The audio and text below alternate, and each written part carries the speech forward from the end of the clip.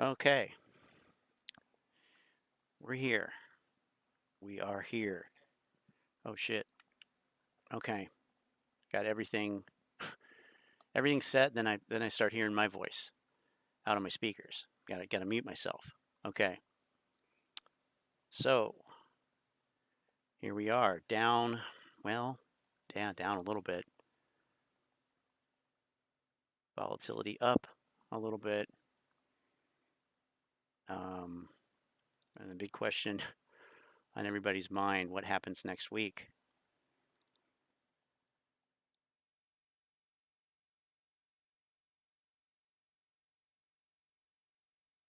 Nobody knows. But we do know one thing. Let me find it.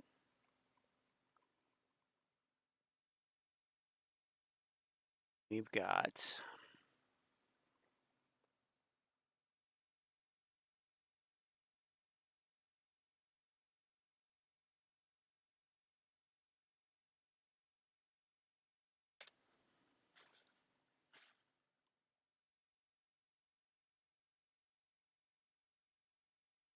the fundamentals.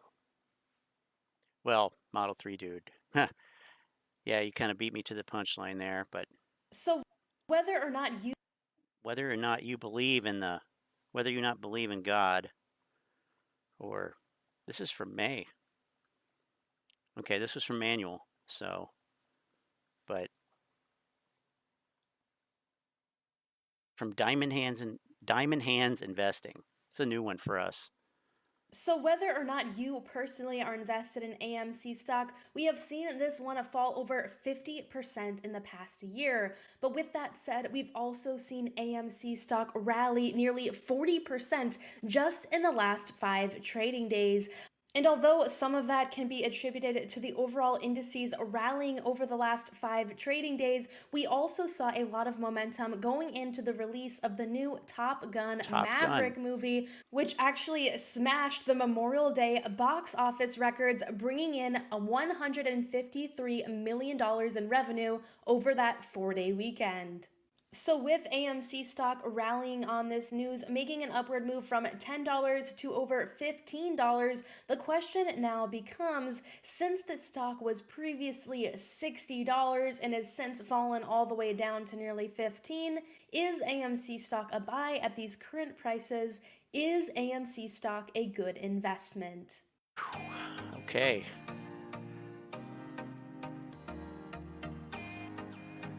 So in order to determine if AMC stock is a good investment, we need to do more than simply looking at the price action, because just because AMC stock was nearly $60 in the past does not guarantee that AMC stock will be $60 again in the future. So in this video, we're going to dig into AMC's fundamentals and take a look at the analyst projections for the coming years to get a better understanding of what we can expect from AMC stock in the future. Now, before we get into that today, folks, do me a favor and hit that thumbs up button, subscribe to the channel if you're enjoying this content so far and want to hear more from me about stocks, cryptocurrencies, and investing in general. And with that, let's go ahead and get Currently, AMC has a short interest of around 21%, so folks still see this as a candidate for a potential short squeeze. And even still, if you search AMC short squeeze here on YouTube, you will see... Look at this new ortex style. Ortex getting all trendy with these little charts. Cool. And this is different too. Estimated short interest, free float on loan, shares on loan. It's all the same stuff. It's displayed differently. What's the short score? 78.64. Wow. Moass next week at 2. Video after video of many creators out there talking about the potential of another AMC short squeeze. And so if you're somewhere out there searching for just which stock has the highest short percentage, and I'm going to invest in that one because... Isn't that Weber? it has the highest Said potential for a short Weber. squeeze, so you can make money fast. I guess AMC could be a candidate for you folks, but with me, this is just not my style of investing. I really want to find companies that I believe in for the long term and not just companies that I think might have a short squeeze, because essentially to me, that is just gambling. Again, this is my personal opinion. If this is what you do, please don't feel offended, and let me know in the comment section below if I am oversimplifying Now I know this why philosophy. Manuel sent this but one let's in. get into the fundamentals of AMC. So let's start with looking at the income statement all the way back to Lots 2016. of red. We did see that AMC negatives in 2019. Now, obviously, this got dramatically worse in 20 in the past. Previously, the record was held by Pirates of the Caribbean. Although the future is uncertain, we can use what's happened in the past to help inform us on what could potentially happen in the future. We saw revenue growth for AMC around 10% in 2016, with definitely grew to 57% in 2017, but then swindled down to single digit and nearly no growth in 2019. Again, 2020. Would you look at that? Forward basis, we can see that its total enterprise value to EBITDA ratio is just about many years into the future. And since AMC stock is truly not a revenue growth story outside of what we've seen in these strange years with the pandemic, what we should really focus on is looking at their profitability. And remember that AMC was struggling with profitability in the past, and what we see again is that they are not profitable here in the current year of 2022, and analysts are not even expecting them to reach profitability by 2025. Oh man. And so here's the bottom line for me. We see that AMC stock struggled with profitability in the past, was clearly hit hard by the pandemic, and is back on the rise with more and more people going to the theaters. But with this company that's not expected to continue any type of strong revenue growth, we can say single digits, can you really pay that valuation, double the valuation of Amazon, for a company that's only expected to potentially have single digit revenue growth for the coming years, in addition to not even being profitable? For me, it's a hard pass on AMC stock. Hard pass. All right. Got it. For fundamental reasons, like you can't argue with that. Okay, now switching gears.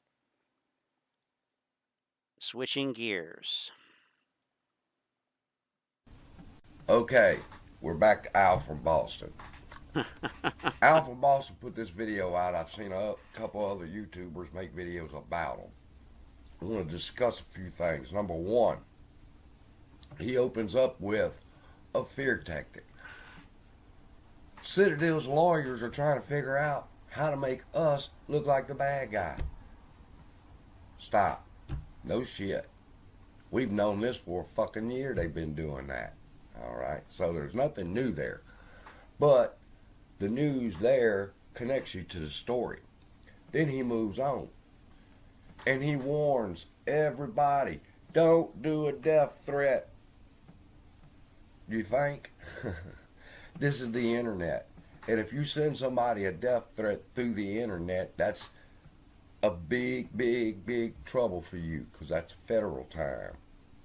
Well, what I found interesting about that video by Al from Boston was that he has basically done that. He's, basically told people to take their, if you don't believe in this, just go jump off the bridge. Just go jump off a bridge, So that's the third video we've seen lately with somebody giving out commands and rules for thee, not for me kind of thing, and just typecasting people. And so everybody knows not to do that, or you should. So again, they got lawyers against us. We know that. Don't send nobody no death threats. We know that. Now let's get on to the next step. The sentiment analysis, whatever. Let me tell you something, people. AMC's stock is in such a position right now to just go.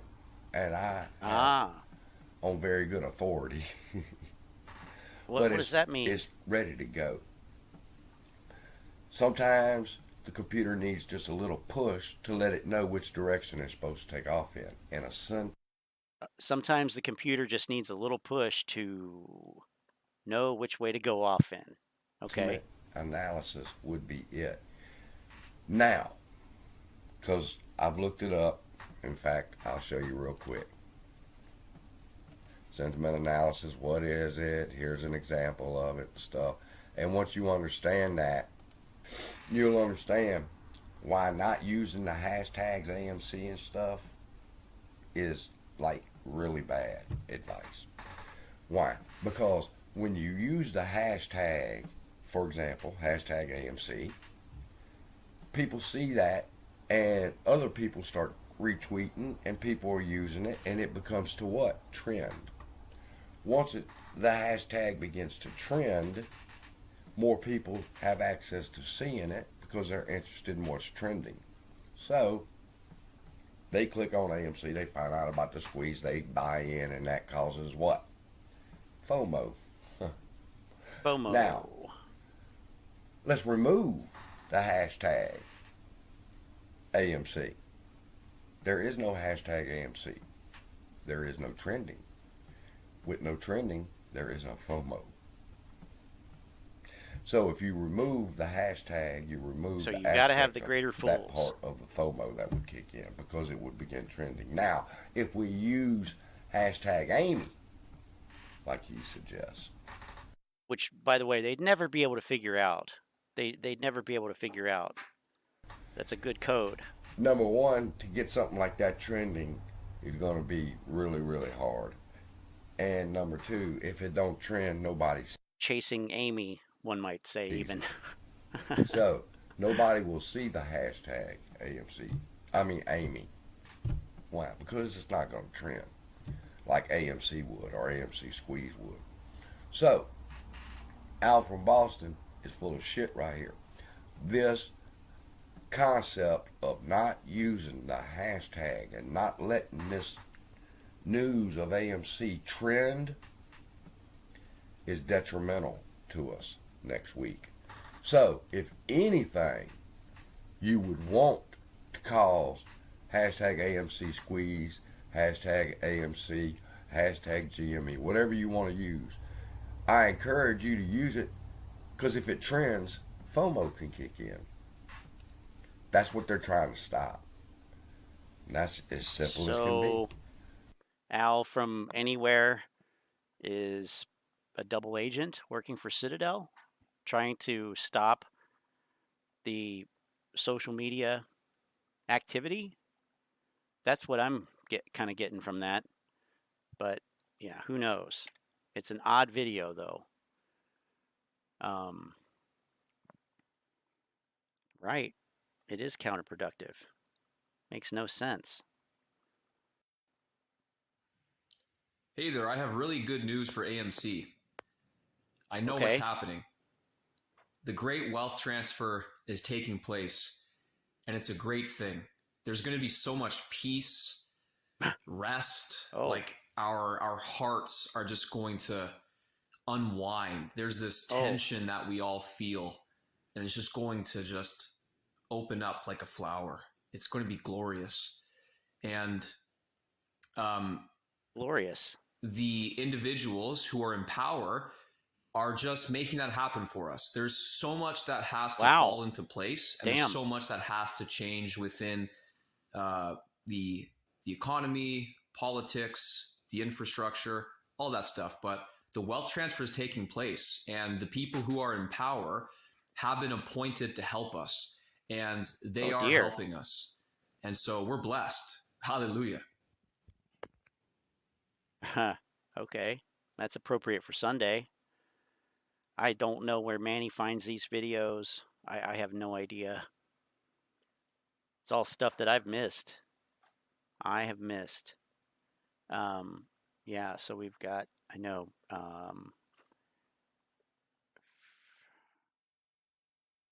Mr. Muhammad.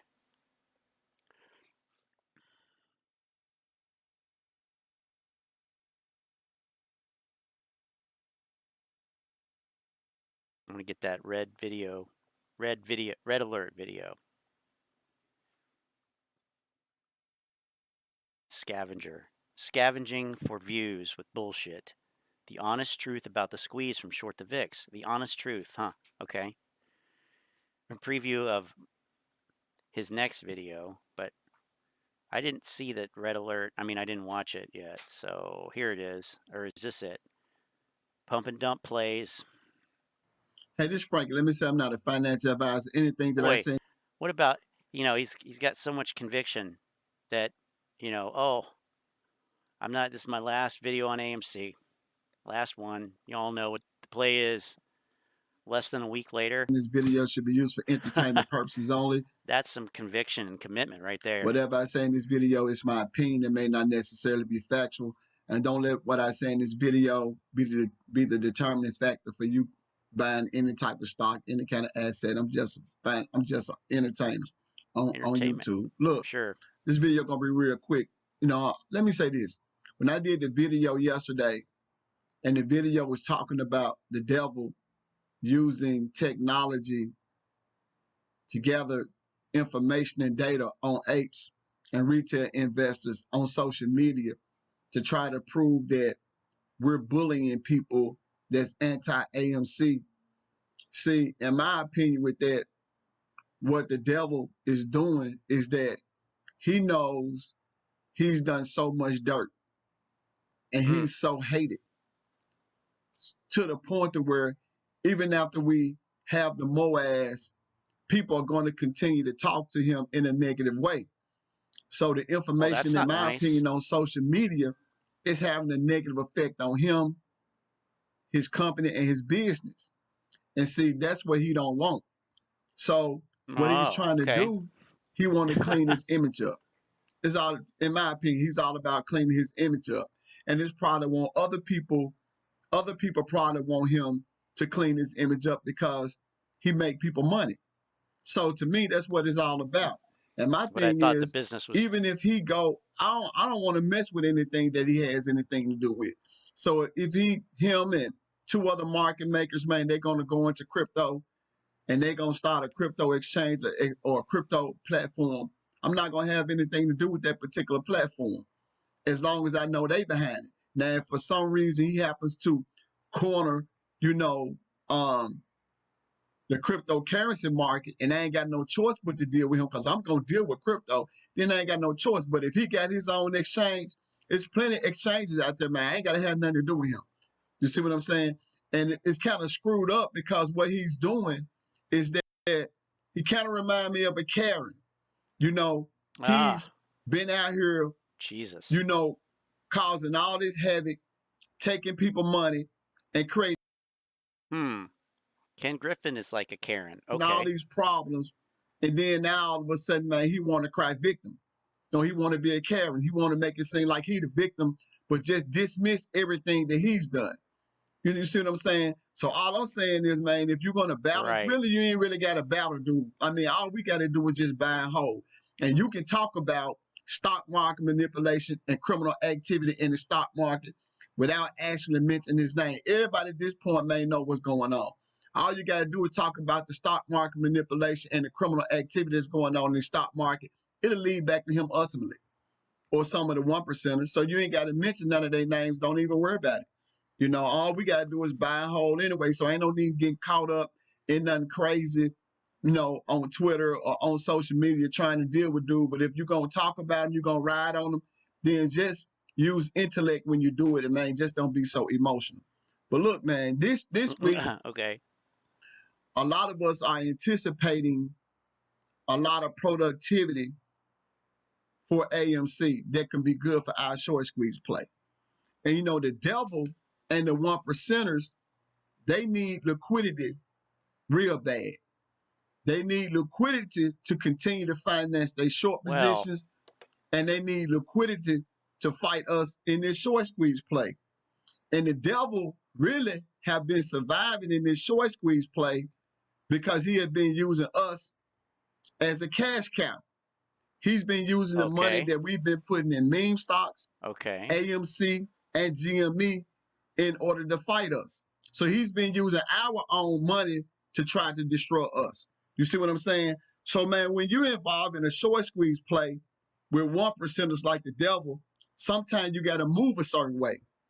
So sometimes it may be more advantageous to starve the devil and don't give the devil no money.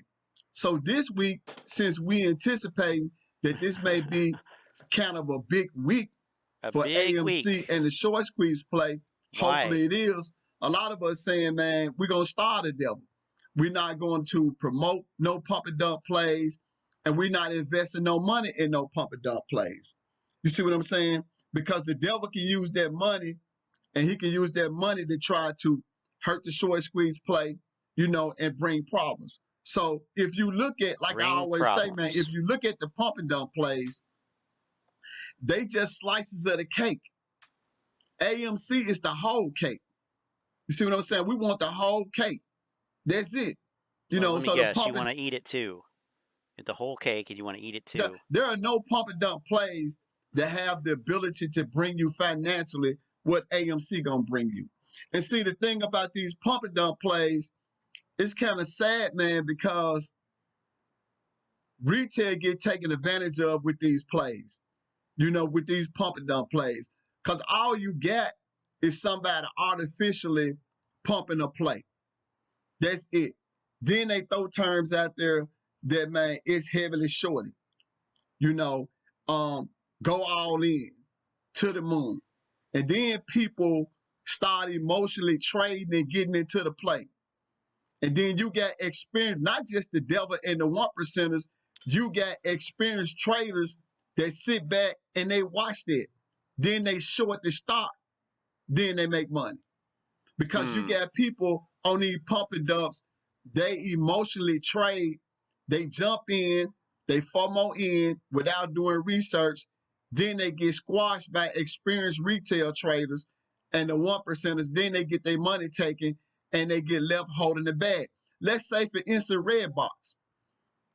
I saw Redbox.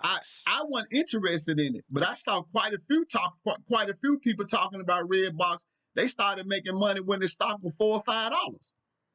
Especially B. Hayes, because I watch his channel every day. So they was making money when Redbox was $4 or $5. Then all of a sudden you got people, they trying to get in and make money with Redbox.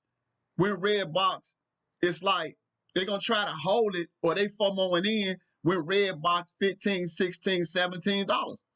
So people done went from making money on this play to $4 all the way up to $15 and $16, and people gonna try to hold it.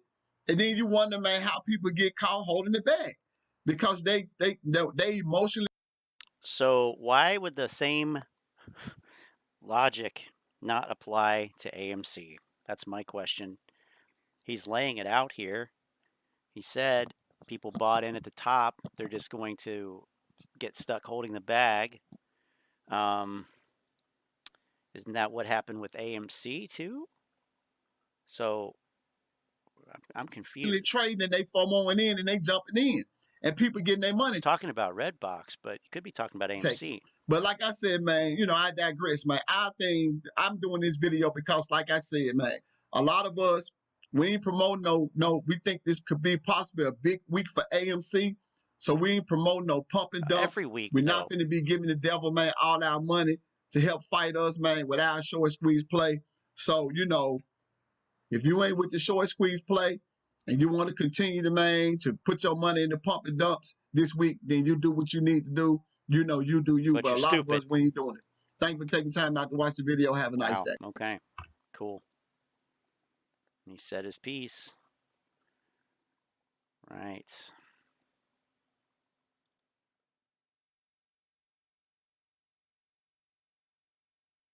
No. More or less sideways, huh?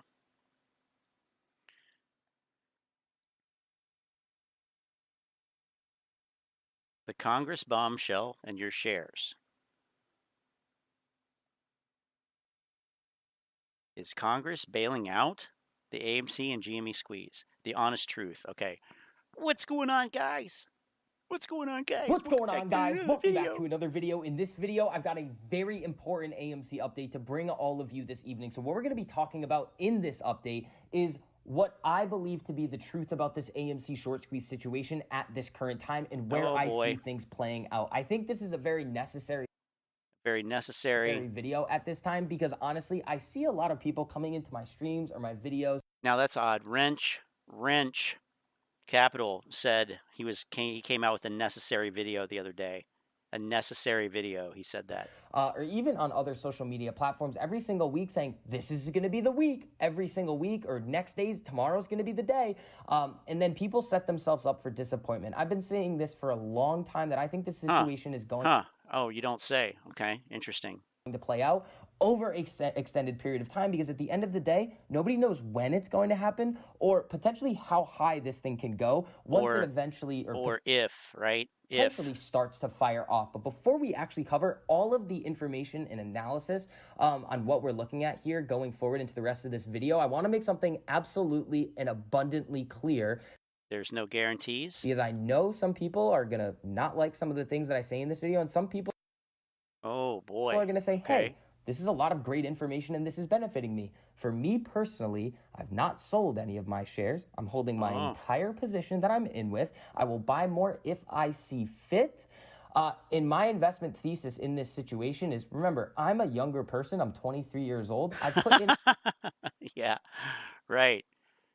Which is why you sound like you do. An amount of money that I'm fully willing to watch fluctuate around up a lot, down a lot, and I'm not going to be getting out of this position until I see what I want to see. That is my investment thesis personally, and that has not changed. So we're going to go over essentially what we're looking at technically. We're going to look at the market conditions. We're going to look at upcoming catalysts. We're going to look at short interest and everything that we've kind of been seeing play out over the last conditions, and what are they saying about the ability for stocks to go on massive runs. So that's the quick breakdown. But the first thing that I want to show you guys, again, Ortex data. Now, I know some of you guys do not like Ortex. That's perfectly fine. You can have your opinions on what the data that we are seeing. Do I believe this? Interactive brokers short shares. Why do they have that on there?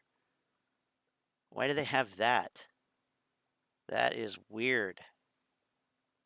So it's like Stonko tracker data. To be 100% accurate? What the Absolutely not. But when I look at it, when I look at this data, I think to myself, okay, this is the bare baseline minimum data that we're seeing here. I showed you guys in a video from a couple of weeks ago that Credit Suisse got fined, again, a very low amount for basically mismarking essentially short orders that were going to off-exchange venues. And over a period of time, if I remember correctly, it was about 5 or 7 years. It was about 15.8 million orders. So if these orders aren't getting sent to FINRA and FINRA doesn't see them, obviously these short interest numbers are not going to be at like 100%. Well, what if they're not actually short interest, though? What if they're short volume that is not short interest? Most likely that's what it is. We don't know that for sure. But if it's being sent to FINRA, it kind of sounds like it's probably off exchange. Probably it sounds like it's short volume.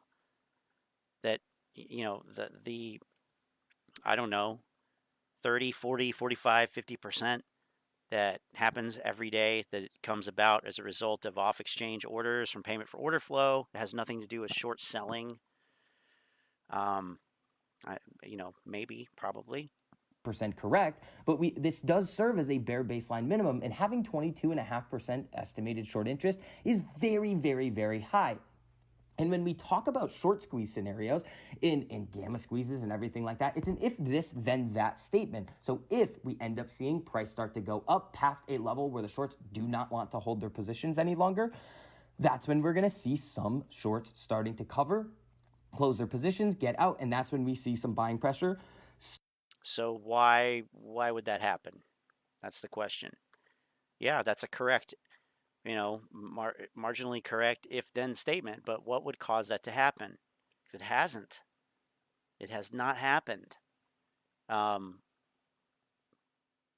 know, the economy, retail investors having a shitload of money in their pockets. You know, what is the catalyst for that besides short covering itself? Start to step back in. The second part of this that I want you guys to take a look at as well are what are the fundamentals of this company. Now, we all know, and we've all come to the conclusion. We all know the fundamentals suck. Based on the data that we're seeing, the overall sentiment, we've seen the movie slate that's been coming out. Movie theaters are not dead. They're not going anywhere. They've actually been on a pretty significant uptrend after the whole industry, I would say, bottomed out in the pandemic, just based on the box office numbers that we were seeing. If you were to put the box office numbers on a chart, the numbers bottomed out during the pandemic, and they've been significantly coming back up, as we can see right here. 2019.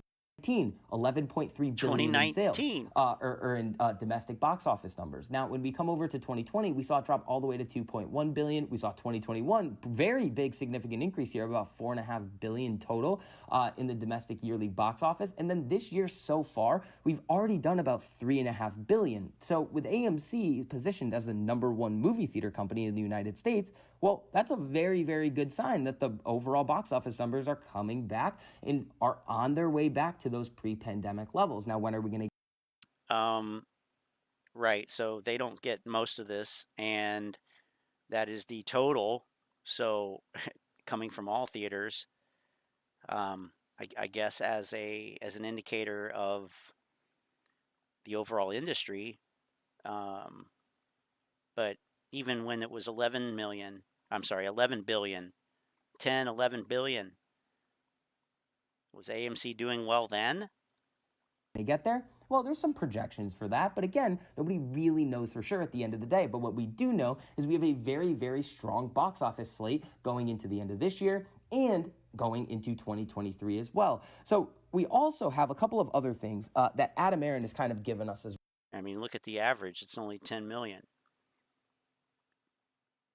Well, in terms of his kind of plan on when he wants to quote unquote pounce on short sellers, in the most recent shareholder meeting, Aron said, okay, I'm not going to tell you guys anything until at least Q2 earnings or later. Now, the second quarter earnings should be over the next 2 months. So then we can start to kind of say, okay, Aron, when are you going to start to roll out this supposed plan that you have? That's another thing that we have to look for on the horizon. Now, again, in terms of buying pressure coming in, here we go. Well, I think retail investors have done a very, very good job of battling all of this short interest that we have been seeing pile in. Remember, we have over, what is this number right now? 191.5 million shares on loan right now, which is absolutely insane. We've seen the securities lending data where they're shorting a boatload of shares every single day. Oh. And I think retail investors in general...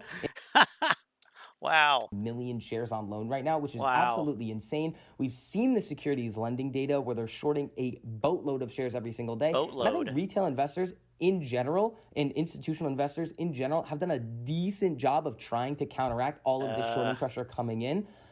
But at this time, with the overall market conditions that we're going to talk about, the shorts have been kind of able to knock us down. Now, not falling below 10, very solid number right there, staying in the double digits, very strong psychological level. 10. We've dipped down below 10 once and then popped right back up. The other thing is, yes, we do have this Russell 1000 joining right here, which could potentially lead to some more institutional buying down the road for those institutions that are going to use the Russell 1000 to base their portfolios if they want to have some of the stocks that are in there, some of the stocks that aren't in there. That's essentially what they're going to do. They're going to pick and choose which stocks that they want to have in their portfolios based on what is in the Russell 1000. They're going to use that as the quote-unquote benchmark index.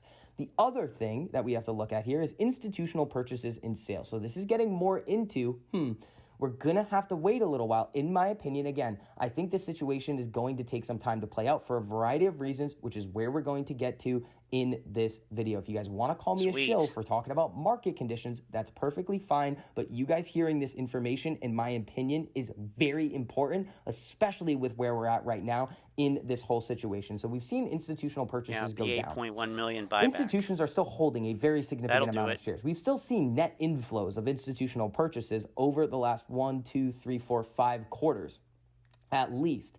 The other thing that we do need to talk about is, yes, these institutions buying these shares could easily be loaning them out, and that's going to come back in terms of short pressure later. But the one thing that you have to see in order for them to even be able to loan out those shares is that initial buying pressure. So again, it's kind of a give and take there. But we have seen institutional purchases slow down a bit. Now, we have to talk about the overall market conditions, and there's a couple of key things that you guys have to understand about how these valuation metrics work and why the shorts would be piling in right now or attempting to pile in. It is hindering our price action right now. So the first thing is tied directly to the Fed hiking interest rates.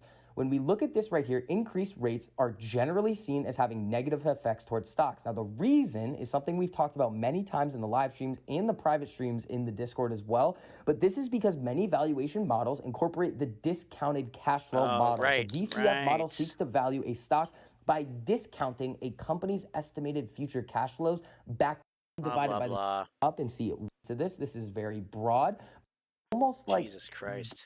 Either monthly on these longer time, a little bit of a different all of this numbers. Yes. Should you expect this and get your hopes up all the time and then get disappointed when it doesn't happen? In my opinion, no, because when you think about the potential for these squeeze plays, the reason why they have such potential is because of the vast amount of that supposed manipulation that we are seeing on a day-to-day basis. So then when we see that manipulation start to play out, it's very hard for me to sit here and not say, well, that's something that we expect, and I've put in my money into this fully knowing that there's a high probability of manipulation going on all the time, but that doesn't change my investment thesis at all. I'm still holding this stock. I'm still going to continue holding this stock until we see the things that I want to see start to play out. So that is mainly going to wrap up this. Wow, terrible. Terrible. He said nothing. I mean, he must have said it in the 5 or 6 minutes I skipped, I guess. Jesus. Okay, now. Teddy Zane mad. Teddy Zane is mad. Where's my damn short squeeze? Where's my short squeeze? God. Some time to play out. Already been 1 year, and these Muppets can't wrap their head around the fact that the scenario the apes want to happen does not exist. So, of course, keep waiting. Prolong the grift. Exactly. That's what you have to do. That is necessary. Necessary and sufficient, I guess, to them. I don't know what happened to Joe Dog. Where's he at? Where's Joey at? Well, it's not very long. It looks like it might start out with a loud bang, though. Yep. Maybe. Wow, it's so loud. I had to turn the volume down all the way. Jesus. Yeah, I'm pissed off that here we are ending the month of June, still no AMC squeeze, and the best we got is great movie. Hey, what about that piano music? We've seen other videos with piano music that got rave reviews. Movement with the SPY, I'm noticing. For those of you that don't know what the SPY is, it's nothing more than the S&P 500 and nothing ETF. more. You can go ahead and bet on it, bet against it, do whatever you want. It's kind of boring if you ask me. Oh, I don't yeah. ever play it. I don't ever play the SPY. A lot of people do, though. So if AMC is moving with the SPY, that just tells you you got large market cap, you got medium-sized caps, but then you have the investors that invest in those companies. Well, if it's moving with those companies and moving with the SPY, kind of tells you that these guys are also investing in AMC. Now, why are they investing in AMC? Why is AMC moving with the SPY? Is it moving with the SPY because these people believe that there's a squeeze in store in the future, or do they believe we're at fundamental value and they just want to go ahead and pour into this stock right now? You know, it's a head scratcher. I'll tell you what, though, it's good to have these big companies coming in and betting their money on AMC, because when she does squeeze, where do you think a lot of the money is going to come from to bet this puppy up? It's going to come from some of these financial institutions that don't really know what the hell they're getting themselves into, and they just continue to buy it up. There's where a lot of your money comes from in a squeeze. Just to let you know. Yes, it comes from FOMO, from retail, people getting in the play late that haven't really been following the play all along. But it does. A lot of it does come from these financial institutions. Look at the GME squeeze, because that wasn't necessarily even a squeeze. The GME squeeze was a FOMO squeeze, but it wasn't a margin call on shorts. That never happened. Ain't that some shit, though, man? You get all the way up to $400 and you're not even margin called on that? Majority of the shorts were still outstanding. It wasn't even a short squeeze. It was a FOMO squeeze. But it just goes to show you that there's money that can come out of nowhere. Well, I mean, how do you know they didn't get margin called and add collateral? Like, I think the apes think that margin calls equals the shorts are going to have to cover, but that's not what it means. Margin call is just request for more capital to keep the position open. So I don't know. The sentiment analysis tool shows that depressing piano music means apes are getting tired and prepared to sell at 20. Yeah. Fast on these plays, and you say to yourself, where did all that money just come from? Right? Yeah. So here we are going into July, this upcoming week. If we continue to move with the SPY, that's actually a good thing, because it almost looks like we're getting a little insight to a market reversal is all I'm saying. I don't think we're actually going to see, especially come July 15th. I highly doubt we're going to sustain a market reversal, but there's a little light here in the market, and I'm kind of excited because I can play some tickers that I normally wouldn't, that are kind of doing okay right now. We're going to talk about that in the next video. But going into next week for AMC, if it continues to move with the SPY and the SPY continues to slowly progress up, that means AMC will slowly progress up. I hope he's shorting them. Unless those tickers. I mean, they're piling the shorts on AMC still. So, I mean, unless there is still this mountain of pulverization in store for AMC, and they try to bust her right back down to 11 and 10 and 9. I highly doubt they're going to ever get below 10. So that's some really good news, because I continue to buy in at that 1050 line, and I have yet to get any cheaper than the 1050. So at this point, with the slow recovery you're seeing in the market, I highly doubt you'll ever see AMC under 1050 again. So, well, we're going under 10 this week then. Under 10 this week. Just confirmed. My guess is it's going to continue to move up slightly with the SPY next week. It's already done it this past week, and that will nudge out maybe some shorts, some newer shorts that just got in, because you do see 6,000 new shorts that come in, 10,000 new shares that come in on short. Those are all the new plays shorted in the 12s, so these people could be out of the money by next week. That's the only light at the end of the tunnel. Aside from that, I got nothing to say, man. Been in this play for a long ass time, in and out, in and out, in and out. Just got back in. Dude, where's my hoping squeeze? For a June, July squeeze. All I'm saying is this bitch better fucking happen in July, or this boy's gonna be really fucking pissed off, along with all you. Well, be pissed at yourself. I know I'm not the only one. All right, guys. Y'all have an awesome freaking Sunday night. About to go get in the pool. Sweet. All right. So, didn't really talk about Redbox. Disappointed there. Disappointed. Let's see. Now, this dude, they've been posting over in Telegram, so we'll check him out on here. And I did watch one of the videos. It seems like it's pretty legit. Hey, how we doing today? This is Oliver's Papa.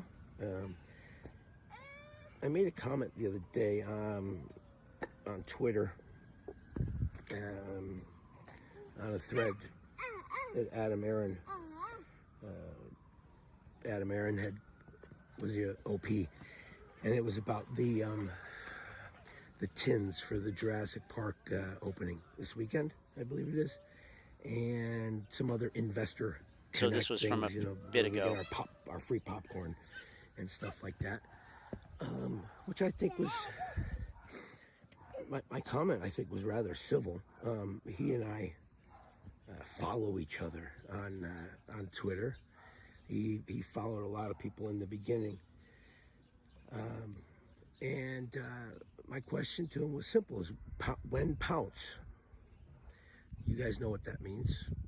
That's in reference to a tweet, or no, it actually wasn't a tweet. It was the last shareholder meeting or earnings report where he had mentioned that he was listening to his shareholders, that he understood that we had concerns about the movement of ticker symbol AMC and whether or not it was truly organic, or we know the answer to this, but we were putting the ball in his court. And he said, we'll pounce when the time is right. Well, the time is right, And anyway,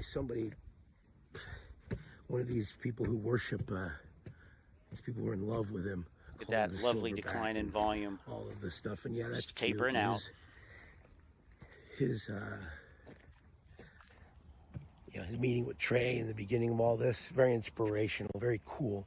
Problem is, cool, inspirational, and all that stuff isn't what puts food on my table. When I invest in a company, I understand that I'm taking a risk with my money. You don't put in more than you're willing to lose. But what I do expect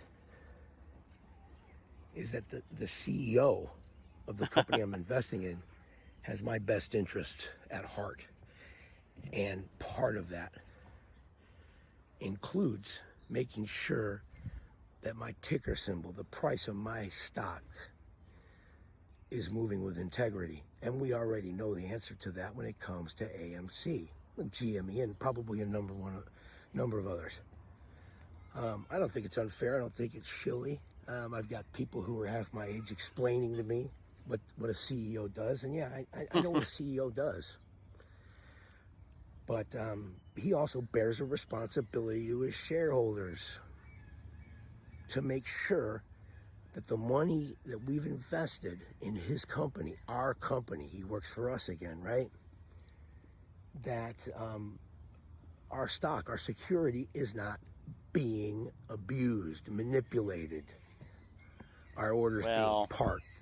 The price action is bogus. We've known this. We've known this for a long time. Wasn't this guy like talking about all the grifters and stuff recently, and then go back to June 10th and he's talking like this?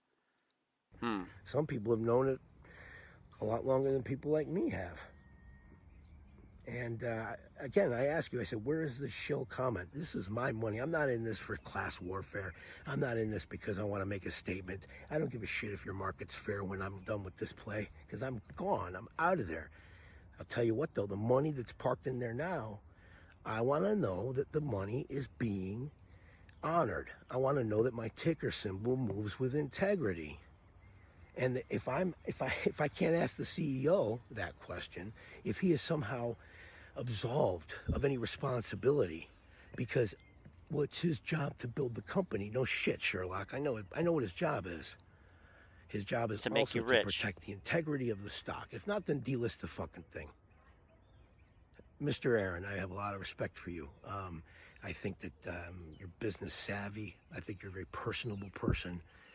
You're probably a pretty likable guy, you know, in real life. Probably would have a beer or share some popcorn or watch a movie or whatever, right?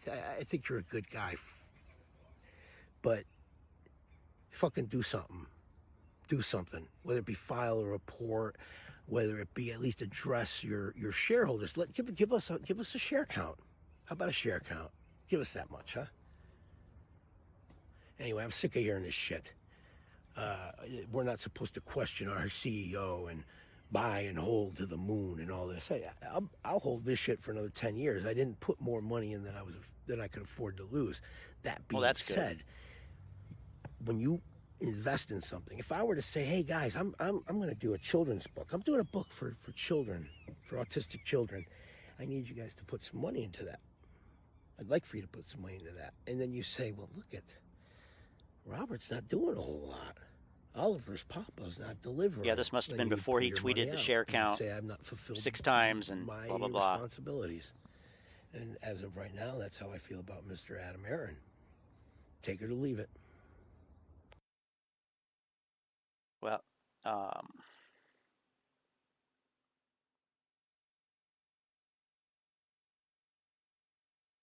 Well, actually,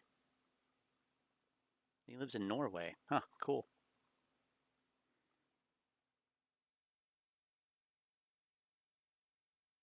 Okay. He seems to be all over the place, kind of. It's a bit all over the place. That goes with the territory, I guess.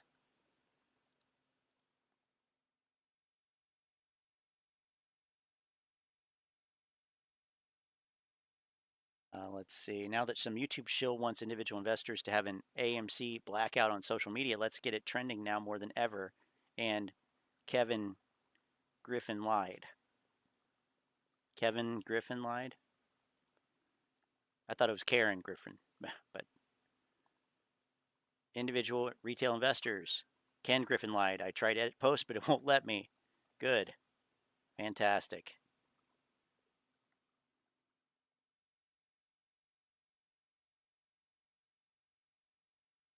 Let's see. Who's Kevin Griffin?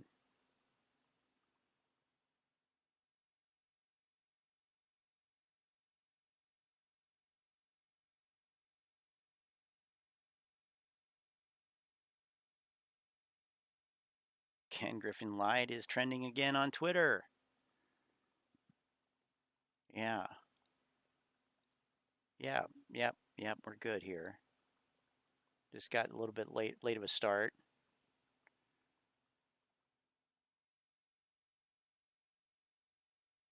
And I haven't kept up with any of this stuff all weekend, so I'm kind of out of the loop a little bit. But yeah, all good. Even bigger squeeze, right? Okay.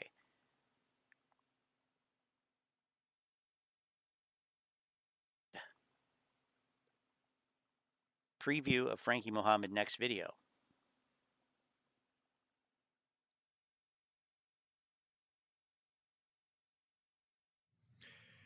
Here is a preview of Frankie Mohammed's next video. So I just want to let everybody know, I'm done with YouTube. My channel is officially closed. So listen, best of luck to all my AMC ape brothers and my ape sisters. Retail will win. Retail is going to beat the hedge funds. Don't ever lose your conviction. Don't ever lose your strength in AMC. But I just want to focus right now. I got my new 2 Teslas I just bought. I just bought a Porsche. And, just want a little time to just drive it and relax. And I also have a beautiful penthouse in Manhattan that I just bought. So I'm doing real well. And I don't think he would last very long in Manhattan. That I'm never going to sell my AMC shares. Never. Okay. But the thing is, when it does Moass, I'm going to be giving all of my AMC Moass money away to a special person. Someone very special to me. I'm always going to be able to make money. So there's no worries about that. But I will be giving away all of my AMC Moass money to a very, very special person. And I just wanted to let everybody know that. And other than that, I'll be doing some traveling back and forth to the Dominican Republic. I have a Porsche out there that I keep. So when I do travel to the Dominican Republic, I got a beautiful Porsche. I can show you the set of keys. Is he talking about I Lou? also have a lot of secret connections, Wall Street connections. I don't know if I told you this, but I used to work on Wall Street for many, many years. That's funny because he said that. Ape Father said that once, remember? And I still keep in touch. These are the biggest traders on Wall Street. And last thing I have to say is another reason I'm closing down my YouTube channel is I'm getting offered tremendous amounts of money from hedge funds and corrupt banks who want me to turn against my retail brothers and sisters. They're offering me more money than I would make on the Moass. And I even have a witness. I have a witness who doesn't have hair in his head. Okay. But let's just say that I never take that offer. I never turn my back on my ape brothers and ape sister. I never turn my back on my retail family. So that's all, folks. Tune in for my next video. Frankie Mohammed. AMC is going to be our ticket to ride. AMC, we hold for gold. I don't think he would ever say that. Yeah, I'm kind of thinking the same thing too, Manny. Like, he's describing things that everybody else said to portray him as just a follower, clout chaser. That makes sense. Fat man. Fat man. Fat man. But here's the AMC large orders, no movement price plan. No price movement plan. All right, listen. Just been out for a bit, taking care of some stuff. Haven't disappeared. Good. I have more videos coming later today, but I want to chime in on those big orders that came in and price didn't move. I'll put it in a very simple way. Those orders did not go to the exchange. Those orders went to you know who. What's up, Devil? So that means that those orders were floating around. Floating around. Today, Monday, Tuesday, the 3 days. And what they're going to do is they're going to have to let us run a bit in order to get people nervous so people can sell off, so they can get a hold of shares, blocks. So let's say they have it run to 50, 60. So people could get nervous, sell what it did. I mean, maybe we should say 2030 first, right? Because literally every other prediction like this has just totally failed. But I mean, maybe this is maybe the, 23rd time's a charm or something. Come on. And they get these blocks, and then they could chop down those big orders that came in today. Those orders that came in today, at the end, and the price didn't move, you have to understand, they didn't go to the exchange, they went, where, they were parked. There's a certain amount of time before they have to complete that, and that money has to obviously settle somewhere. Those orders have to settle. So the only way they can do this is to let it run. They'll risk a little bit of money to save themselves. So now it's up to you, whether you start to see a 40, 50, 60, 70 run, if you see that, what it did, it's up to you what you do. But I'm guaranteeing you that is what they're going to do, because they need those original shares in blocks. There's no shares on the street. So they need that in order to start the process of ping-ponging no shares. Again. That's a lot of fucking money. It's a lot of shares that they don't have, and those numbers hit the street. So I just wanted to chime in on you and tell you this. This is something that now it's up to you. Wait until next week. Plus, we got the rate hike the week after. Trust me. Know the exchange. Yes to the maker. Then the turnaround is the 2 or 3 days. And then this shit has to hit. So they'll stagger it. Let you guys run. Then they'll start chopping it down. Motherfuckers will get scared. Start selling off. I could buy it back at $9. Then I'm gonna have they to pull got up blocks Fidelity, of not the people get that the came time in and at 40 sales and up 50. here. We're talking about Look the at these people that came in supposed at large 2, orders. 5, 9 motherfuckers like me and a lot of others. That's what they need. They need those sweet golden real shares to start the process. We already know this has been oversold with synthetics. What they need are the real ones. So there you go. That's my feeling on everything. So I'll be back later today. Leave me alone. Okay. All right.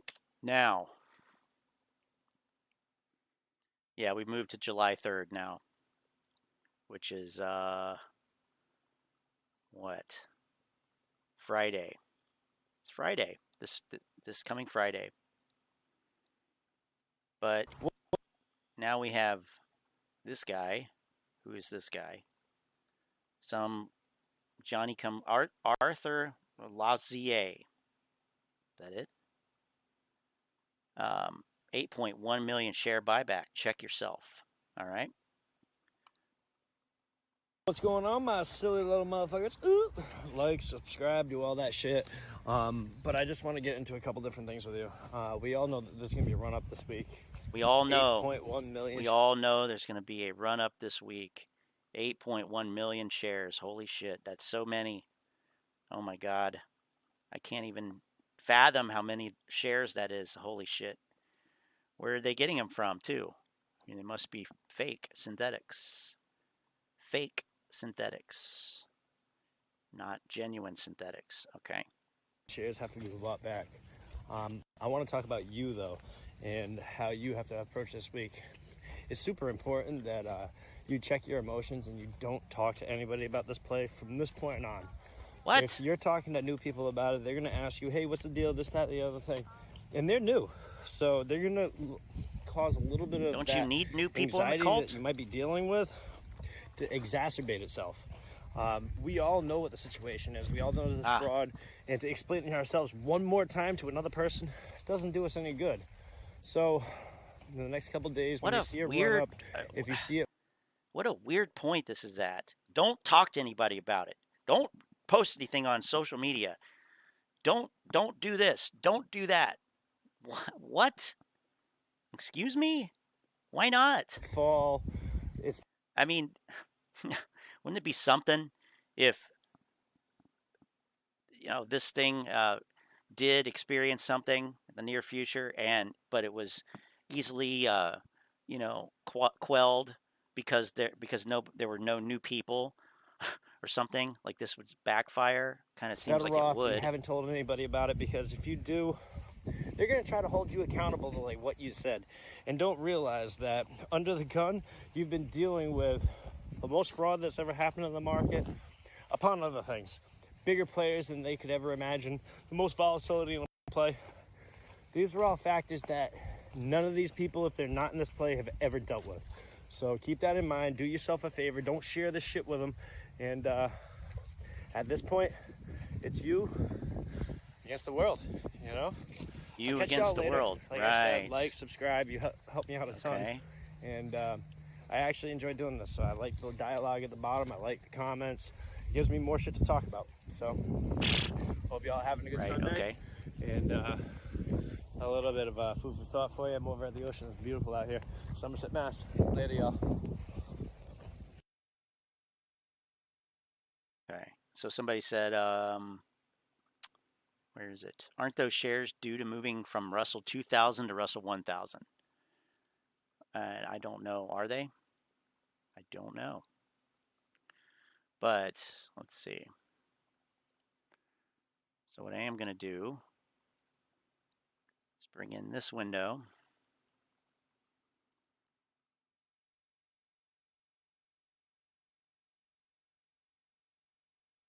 This window.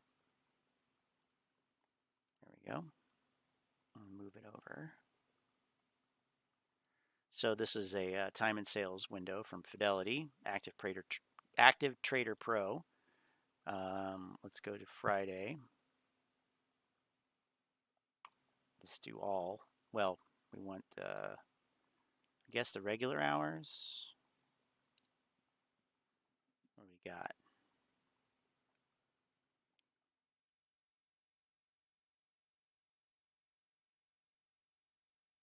So I'm seeing a lot of selling here.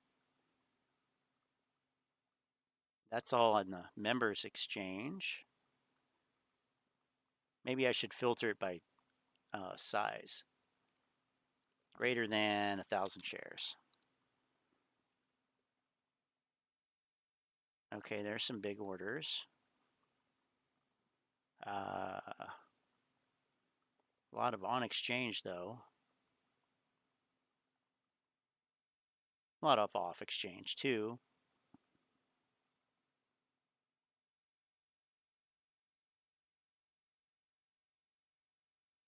$32,000 bought on the exchange.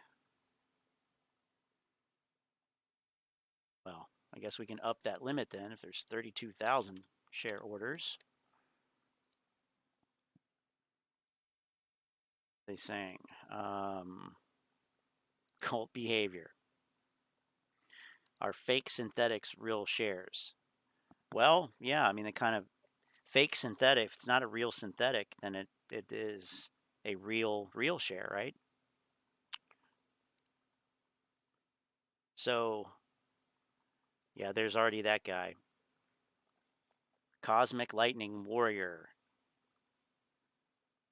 So let's see. 10,000, 32,000. 300,000.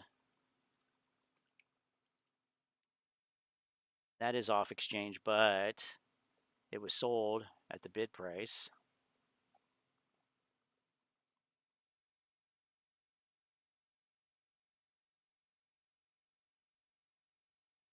It was 172,000 sold at the bid price for on exchange. I call them late stage grifters. Late stage grifters. But I guess I'm gonna have to look into that. 8.1 million buyback. Wow, same guy. Same dude. Same dude. Oh, look, a new one by Mr. Mohammed. Same dude.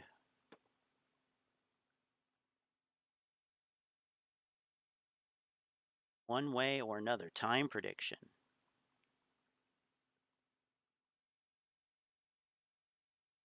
Okay. Well. Hey, this is Frank. Let me say I'm not a financial advisor. Anything that I say in this video should be used for entertainment purposes only. Whatever I say in this video is my opinion. It may not necessarily be factual. And don't let anything that I say in this video be the determining factor as to. One fact, 1.8 million shares need to be purchased this week. Hold, hold, hold. Why? I got a bunch of real shares, but it costs to be the boss. Start your offers, hedgies. Diamond-handed boss since day one. Good thing that's how it works. Frankie, from your lips to God's ears, my brother. Whether or not you should buy a stock or a security or anything like that. Look, our short squeeze, when it comes to our short squeeze play. Our short squeeze. The reality is. I like that cult language. Nobody knows how high this short squeeze play can go. Oh. Nobody. Oh, man. Yeah, that's true. But we know how low it can go. Nobody knows what the floor is when it comes to this short squeeze play. And one of the reasons why they don't want to, they real apprehensive about letting the short squeeze play run is because they don't really know if they can control this play or not. Ooh. They don't know how high it's going to go. Good point. So they're real apprehensive about letting it run. But the thing is, the longer hedge funds stay in the play, and the more hedge funds come in and short the play, it's the more money we going to make when this thing Moass. And see, the people, sometimes you have to pull back and understand that this play is real huge. And that the people that you see on YouTube, they only a small fraction of the people that's involved in this short squeeze play. They're a small fraction of the people that got the real shares, the shares that they need to cover with. Those coveted real shares. In order for hedge funds to get those shares, they don't come cheap. And see, a lot of apes, they just sitting back in the cut and they just waiting for this thing to pop off. And those apes, the apes is going to play a big influence as to how high this short squeeze play go. Man, they are hedge funds and the 1%ers already know apes ain't selling for no 2 or 3 digits. They already know that. They already know that a lot of apes are anticipating selling at 6 figures. You see what I'm saying? So they know. I thought he said 650. A lot of us gonna sell at 4 or 5. At 650. Figures. Yeah. They really want us to sell at 4 or 5 figures. But what they don't want is for us to have a target price of 6 figures. See, that's what they don't want. The veteran apes involved in this short squeeze play gonna have a real big influence on how the share price go when this play squeeze. And if you're trying to look at technical analysis to see how much money gonna be made in this short squeeze play, man, that's gonna be difficult to do because we got so many hidden factors when it comes to this short squeeze play and so many synthetic shares involved in this short squeeze play. But one thing we do know, based on all the research, is that this short squeeze play is worth trillions. I personally think this short squeeze play is going to shock a lot of people. You know, a lot of people that's talking negative about how high it's going to go. I think it's going to shock a lot of people. I think this short squeeze play is going to be big, and I think it's going to be epic, and I think it's going to crush a lot of hedge funds. But I will say this. When you get ready to sell your AMC shares, when you get ready to sell your shares during the short squeeze play, the only thing that I say, just make sure you do your own DD. Because when you get ready to sell, it ain't gonna be nobody there but you and that computer screen. And the thing that's going to determine how much money you make is simply based on how much conviction you got in your numbers. That's it. Well, that doesn't have any. Why do you need to do your own DD then? If you have conviction in your numbers, with just going off of what everybody else is saying, why do you need to do your own DD? I don't have conviction in your numbers. So you know, it's just conviction. That determines how much money you make. And I know what life-changing money is for me, and you should know what life-changing money is for you. So just have conviction in your numbers. And all I can say, man, is finish strong. Thank you for taking time out to watch the video. Have a nice day.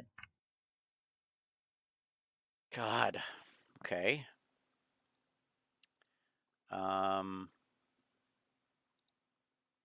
Yeah, I don't know who. The only thing I can think of is these people on Reddit here. They don't need to, but they're probably on both sides of it. We were right about January 28th, Ken Griffin, dark pools, and payment for order flow. Then guess what? AMC has over 2. Oh, you used hashtag AMC. You violated the rule. Has over 2.5 billion shares created synthetically, diluting the legally issued outstanding, suppressing AMC stock price. Are we going to wait on this too? 2.5 billion. Where did that come from? AMC short volume was 70% on June 23rd, highest in 2 years. Good thing that doesn't mean what you think it does. But hey. And that's the self-reported number without any calculation of swaps or other transferable debentures, right? Yeah. To be fair, lots of stocks at their highest shorted rate right now. It's a bear market. Lots of people shorting everything. Yeah, on June 23rd. Again, short volume does not equal short selling and establishing source short positions. It just doesn't. It's not what it means.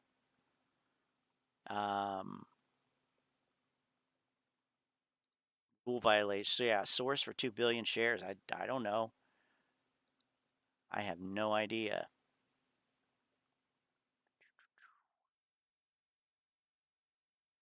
Ken Griffin lied under oath, committed fraud, and is a financial liability to the stock market. Where are the cuffs? God, they're back on this shit again? Who else is getting the fuck away from is corrupt stock market after the Moass? Oh, yeah. They'll all be gone. Here it is. Ken Griffin lied to Congress. Trend it. AMC stock, massive pop. In 2021, the Russell 1000 index had a total return of 26.45%. Well, yeah, of course it did. Everything. You could throw, darts at a dartboard and hit any stock, and it was going up last year, but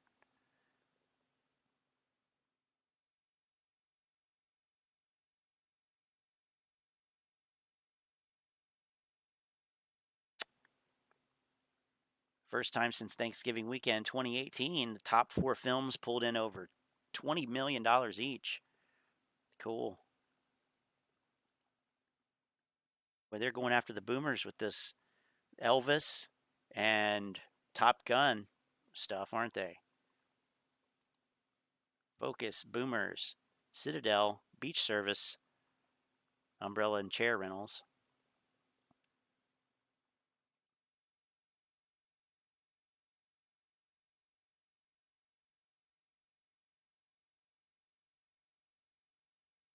Russell 1000 question. Uh-oh. Can we expect buying pressure tomorrow morning because of the new designation, or just more fuckery by the crooks to keep the price down? It's just so assumed now. Just more fuckery.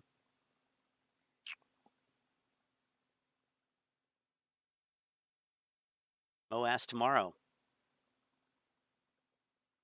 Oops. Gotta stay off that new Reddit. Fuck.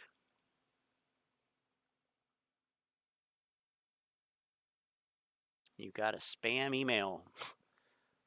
Let me get this straight.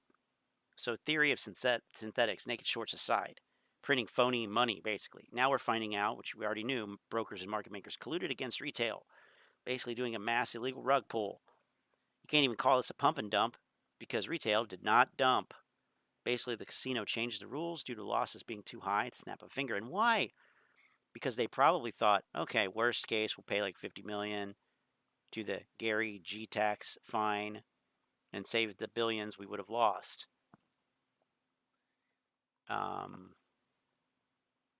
So two things I find ridiculously infuriating besides this and payment for order flow. No Nats dark pool abuse, but January 28th, this casino basically just let you place your bets and then closed its doors. On March 29th, when we had that halt down, 50K options were added into the chain within seconds, almost as if it were pre-planned. That's like me playing roulette. I bet life savings on black. Why would you do that? No more bets. Ball spins. As it's spinning, the pit boss walks over and stops the game, picks up the ball, adds 5 more colors, and then continues the game. And bam, the ball lands on purple. That's got to be about the worst analogy I've heard. Electrical height, 534.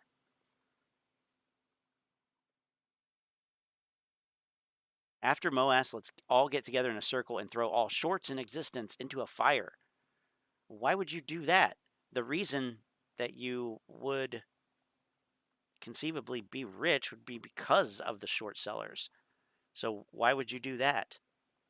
Makes no sense. You should thank them, right? Anyway, this thing's out of control.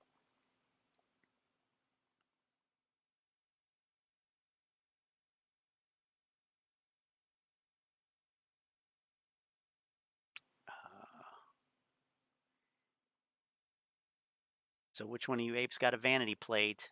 AMC, baby, in Virginia. All right. Wait, hold on. Miss Stryker said, fuck around and find out. In September, she got a cease and desist for baseless claims that Ken Griffin lied under oath. Now the gloves are off with the release of the 138-page committee report. Okay. Let's see here.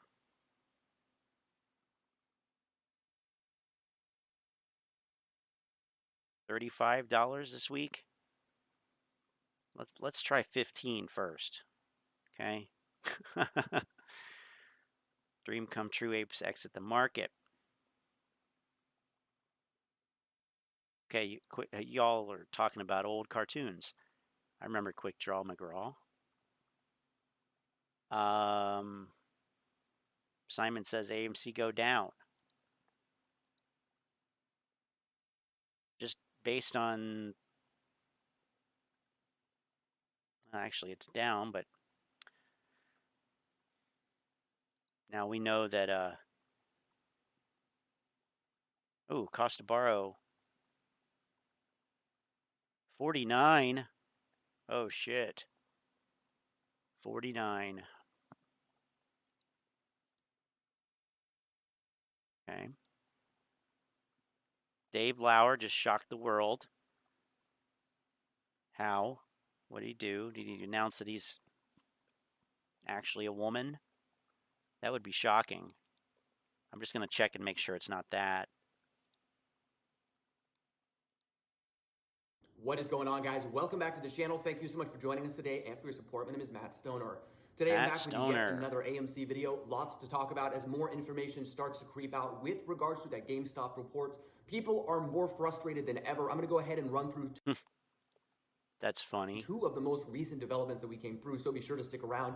But before I get into it, please make sure to smash that. Okay. The U.S. House Committee on Financial Services released their publication called GameStop, how the meme stock market event exposed troubling business practices, inadequate risk management, and the need for legislative and regulatory reform. Now, as this was released on Saturday, a whole lot of information has already come out. But just a few minutes ago on Saturday, Aron did say this is important. The U.S. House of Representatives Committee on Financial Services Majority Staff Report on Meme Stock Trading. It calls for legislative and regulatory stock market reforms to better understand and protect retail investors. Here's the full report. Now, I understand that Aron wanted to take a day or so to go ahead and read through all of it, and I know I already did a video sort of unusual whales. As we can see, they tweeted out just in on January 27, 2021, before the restriction of GameStop and AMC, as well as many more stocks. Some at Robinhood were worried about growth instead of restrictions. Webull is right on our tail, says one product manager. Now, again, we can go ahead and see the entire conversation here. I'll pull it up a little bit bigger for you. Product manager out of the brokerage saying conflict is brewing. We have got to keep the growth flywheel running. This is in two different messages, again, late in the night on January 27th. Of course, saying Webull is right on our tail. Now, when you have the head of data science replying with something like this, haha, don't worry, we need to survive first, something is definitely wrong, right? The product manager replies, I know, and the head of data science says, I am firmly in the growth camp. Again, this is an excerpt from that report, but this is almost like the compliance calculating collateral obligations. Oh, here he is. Here he is. Not the real Here's Davey. The next day, AMC moved down a report on what the events of early 2021, and we did see such a run.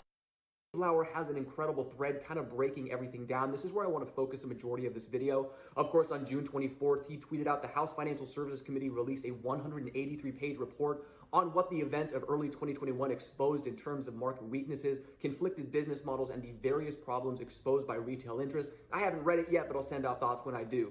Of course, later on June 24th, while moving these names to position close only was extremely effective in generating sell pressure and reducing collateral requirements. Of course, the total dollar amount of GameStop held by Robinhood decreased from a peak of $2.6 billion to about $1.2 billion the next day. AMC moved down from $1.3 billion to $411 million in the same time. Well, held by Robinhood customers, not by Robinhood themselves.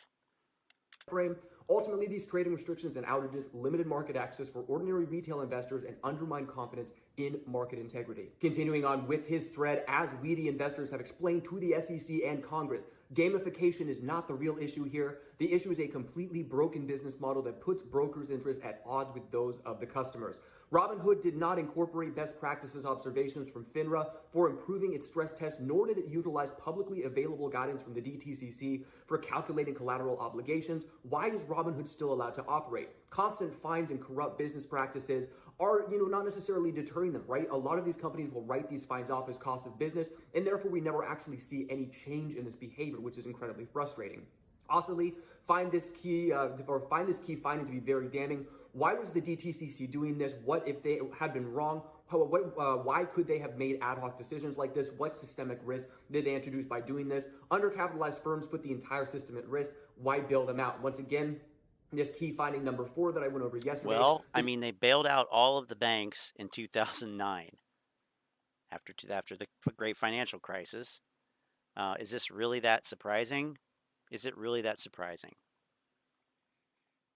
I mean, not really.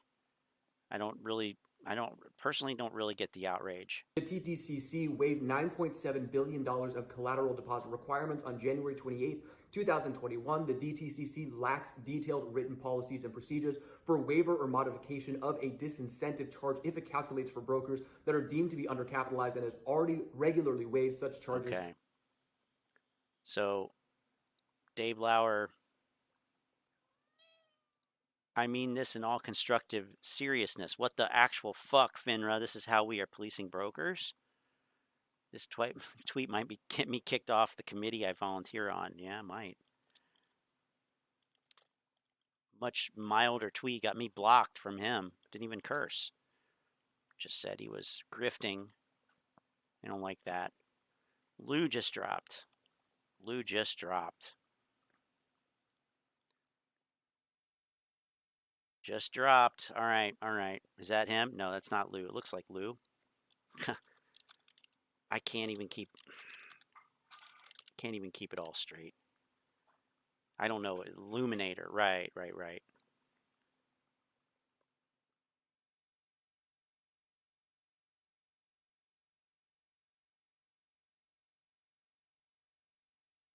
Wow, okay. He just released 3 videos. He just released 1 minute ago, 52 seconds ago. So probably one video he broke up, maybe. I don't know. We'll see. But before that, silly little motherfuckers, let's see what's happening here. So, Yay. Oh.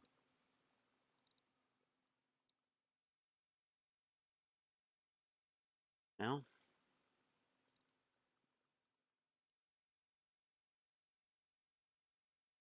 Why do I have Wyckoff mining there? Okay. Volatility's back up. Okay. All right, Lou.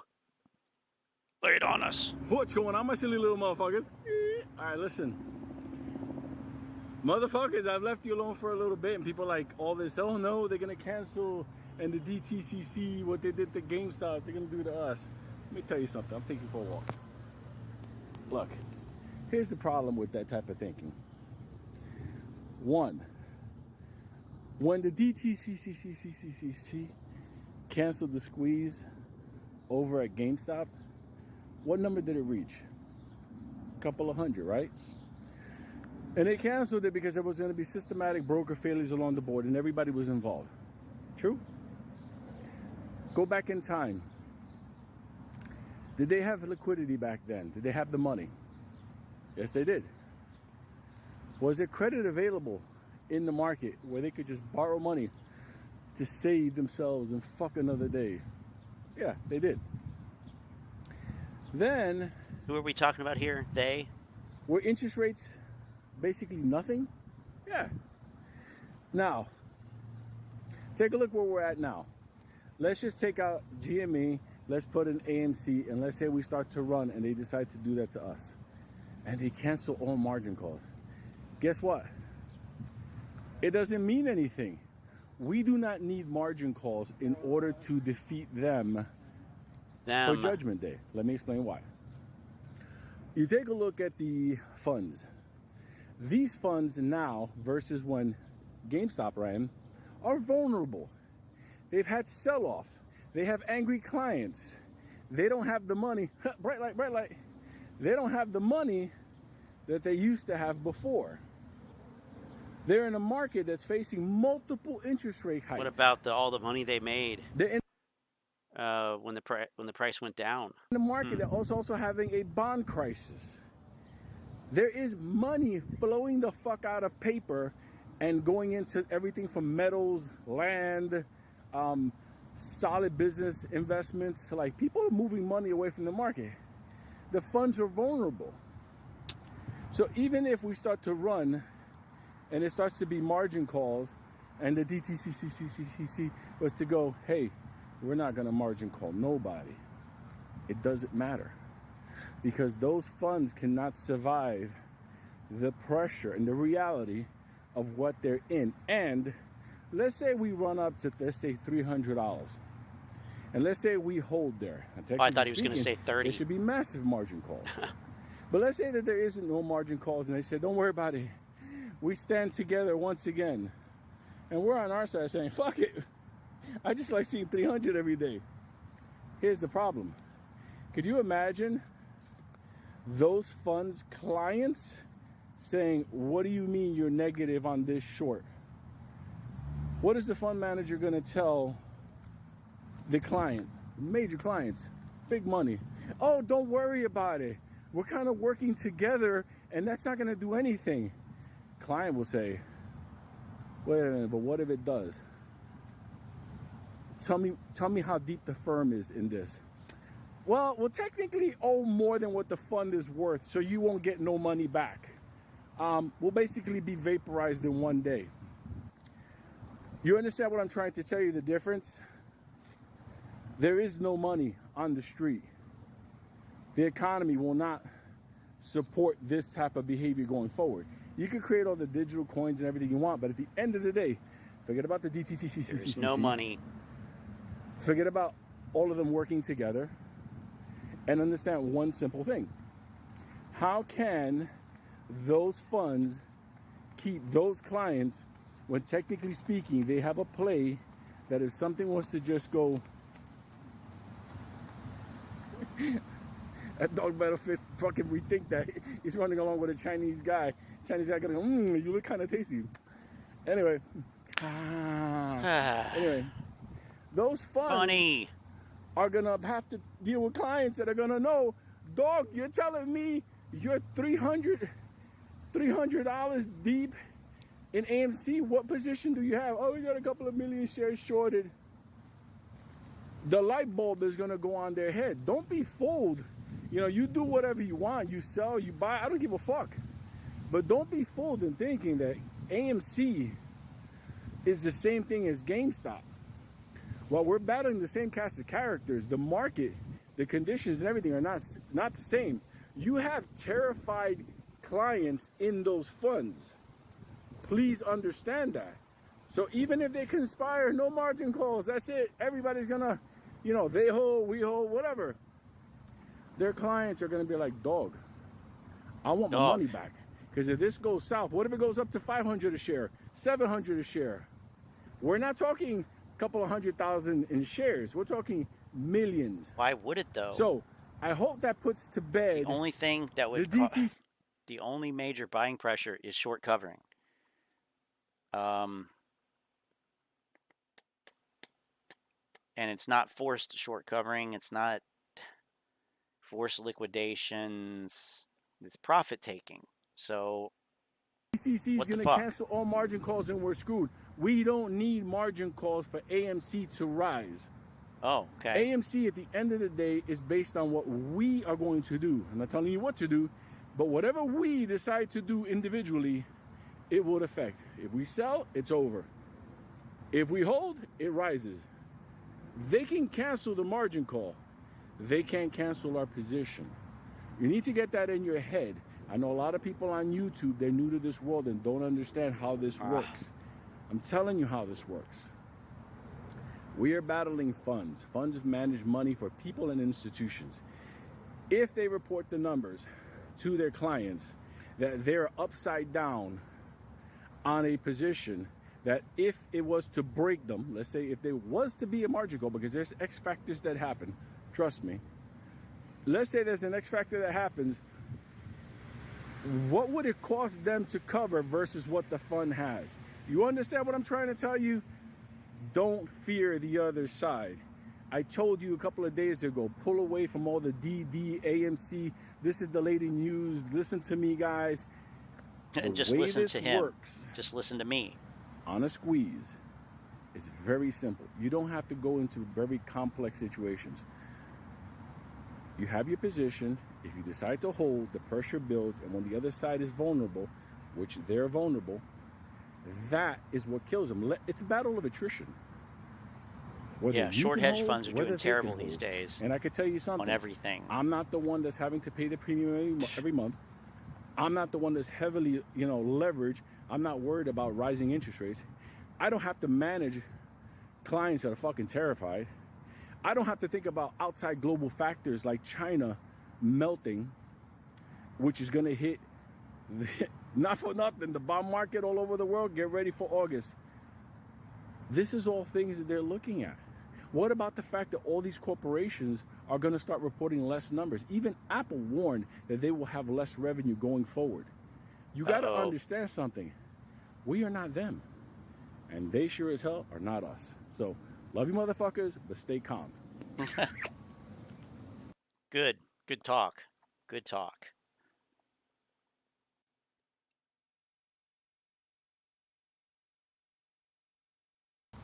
What's going on, my silly little motherfuckers?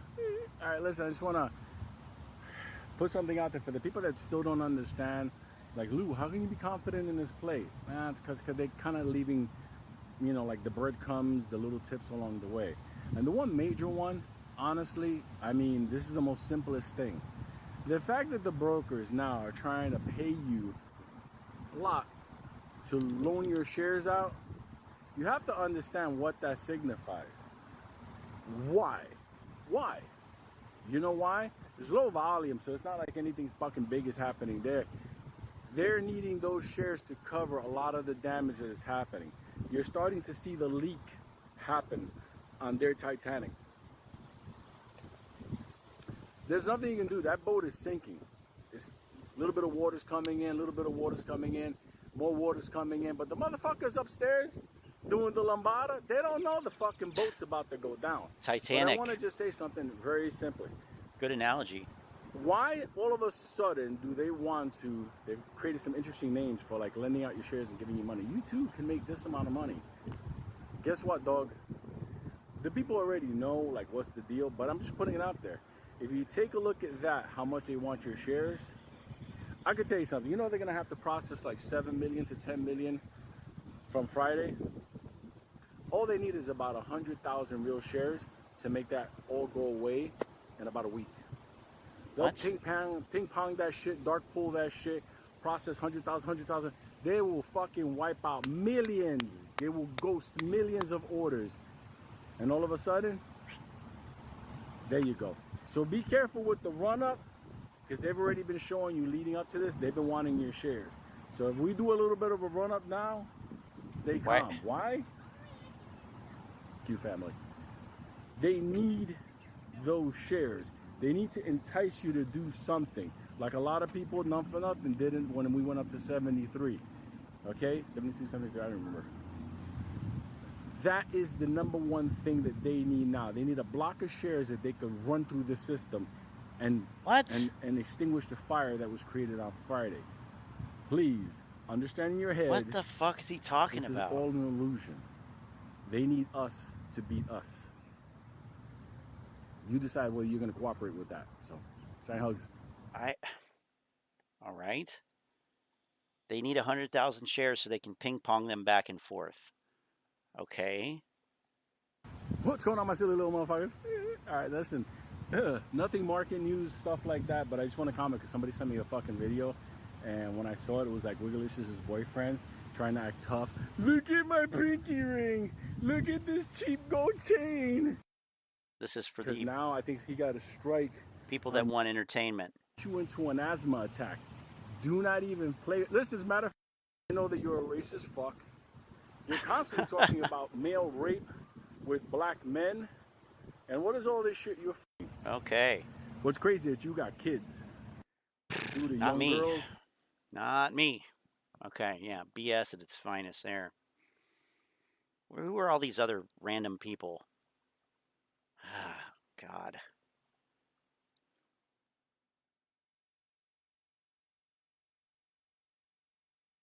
So, yeah, I mean, I definitely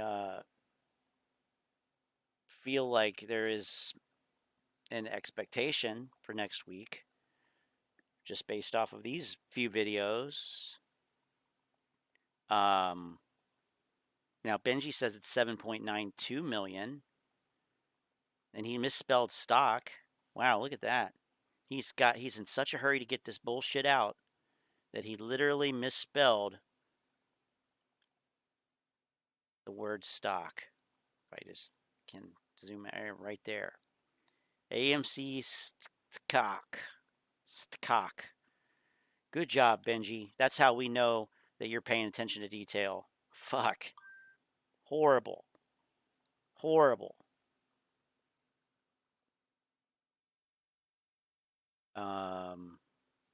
Now.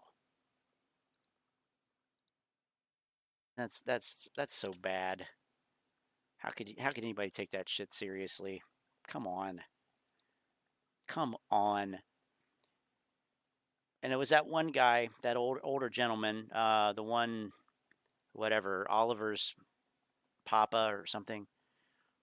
He mentioned something in a video that I thought was interesting. Yes, I'm on the throne. I'm on the throne. God damn. He mentioned that there was this like economy that has built up around with these AMC grifters. Like, of course, they depend on, the income from YouTube, and there's demand from the community for it, I guess. And it's interesting because, we've talked about this here before. The idea that these grifters want to keep this shit going as long as they can. There's really no incentive for a squeeze to happen in their, view, because once that happens, they have nothing to talk about all day, every day. So it's kind of an interesting point. And Tanko Native's here, and we'll say hi to him. And yeah, Ape father on the throne. Throne again. You know whose YouTube channel should be shut down? Lou. Last week, remember? He said that AMC was going to squeeze in a couple of days. That's not all, remember? On March 3rd, it was going to squeeze. I mean, and then he says not going to squeeze at all if we don't squeeze in March, but then suddenly it's going to squeeze again. I mean, that guy has predicted AMC was going to squeeze over 1,000 times in about a year. And you know what? That shit is not cool, man. People are listening to this fool. They're listening to this buffoon. It's all a pile of shit. And that's what you do with shit. You get rid of it. You flush it down the toilet. And in my opinion, that's what we need to do to Lou, not to the ape fall. The ape fall is real. I'm one of you. I'm one of you, baby. I put my should be one of us. Savings in AMC, 185K. Jesus. Lou put 0 in AMC. Lou is collecting. Lou's like the collector. He's like the tax man, Lou. You understand? He comes to collect. That's all he does. He makes his video. He makes his false predictions. And then he's like, cha-ching, cha-ching. YouTube ad revenue. He's the one who should be shut down, not the ape father. Well, speaking as somebody who was shut down, I guess I agree. Let's see here. God damn. I swear to God, it just keeps coming. Never stops. David Lauer to shock the world. On the throne again? Okay. Come on. Lou, you want to know the Lou? All right. Look of fear. This. You see this right here? You see this pinky ring? Look at it. Take a good look at this pinky ring. Take a good look. This is like brass knuckles, baby. It's like brass knuckles. Look at that, man. Uh-oh. Look at that. Followed by the uppercut, Tyson style, baby. Nice camera work. This is the face of fear. And this. You see this and this. The Lord Jesus. See this, look. This is called Brooklyn in the house, baby. Oh. Brooklyn style. When you got the pinky ring and you got the bling, you got the crucifix, and you got the bracelet. You got the gold. We hold for gold.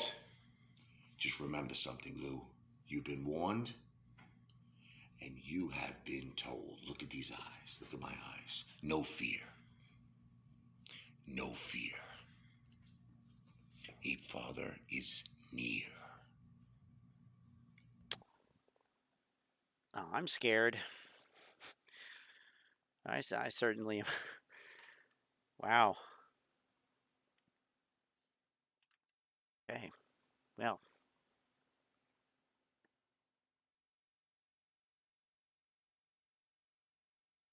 Okay.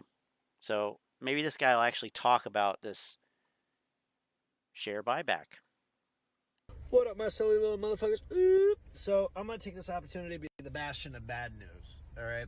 So why is he doing the Lou thing? You can't just copy that. That doesn't work like that. Why you only have 480?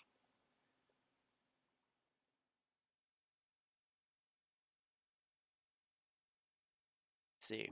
All right. This isn't any news that you don't know.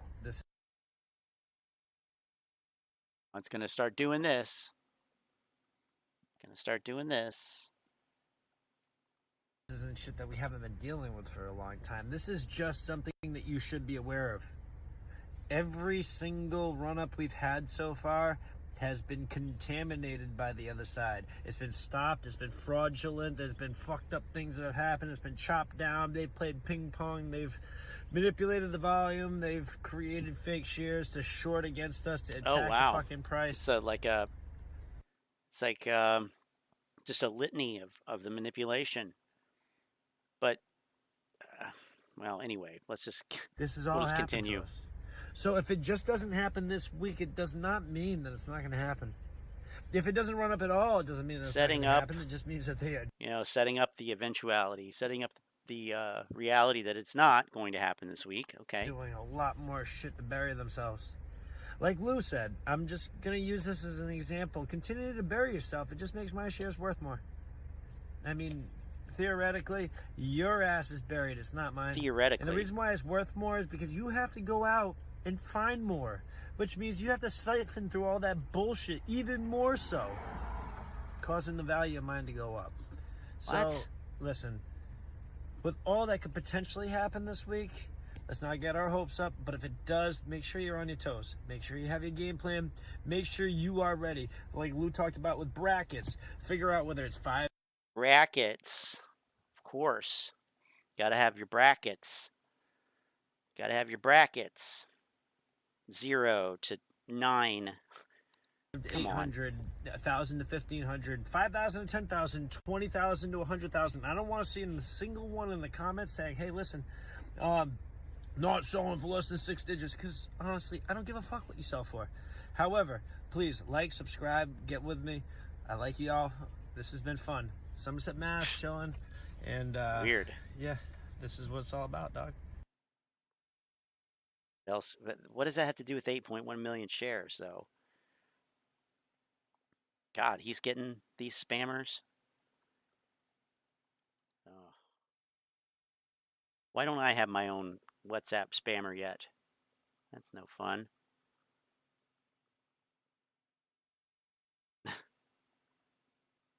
Oh, Jesus. Okay. Is this one here? The meme stock report.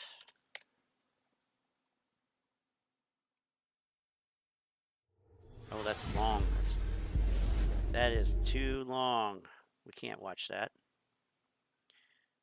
You're gonna have to have a time code on a section on that one. But let's pop over to the Thinkorswim. See that.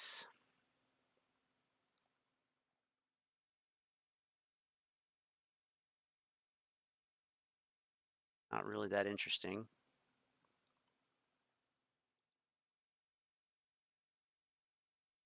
So we've got the S&P futures here. We've got the NASDAQ futures. We got the Russell 2000 futures. Crude oil.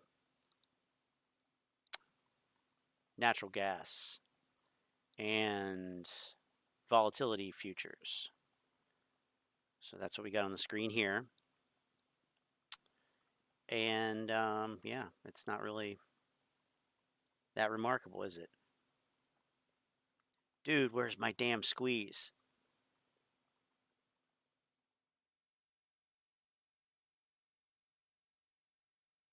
All right.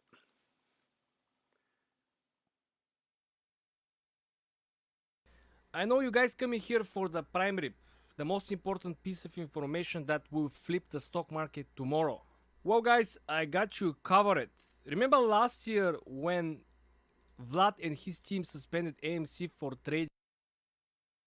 Remember this very important period of time, right? Let me show you exactly what Vlad said as a main reason for suspending, right?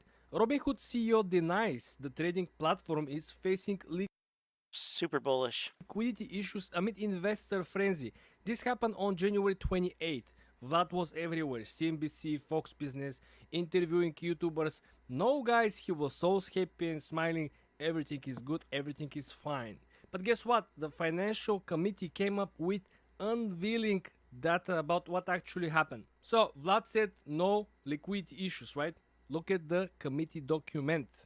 Early in the morning on January 28th, the COO of Robinhood sent a message with huge Didn't we already know all this shit? We already knew all this shit. shit. The problem was that the firm had failed to anticipate we knew it from the lawsuit that was filed last year that went nowhere. Charge.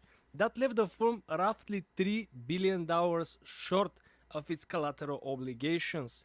This sounds completely different of what Vlad, the CEO of Robinhood, actually said. He said no liquidity issues. This is what the COO actually said, texted, completely revealed from this report. Also, Robinhood leadership continued to escalate, the report shows, until the company later in the same exact day received a $9.7 billion waiver of its obligations from the DTCC, and this was groundbreaking point. If this was not waived, as you can see over here from the document, the company could have been bankrupt already, because after the moment when they received the waiver was the only moment when the company actually have this breathing room. It needed to focus on other operational issues facing the company. Prior to the waiver, some fears were raised about the possibility of Robinhood being subject of forced sale, right, or into bankruptcy in a similar fashion to Lehman Brothers in 2008. So guys, no joke over here.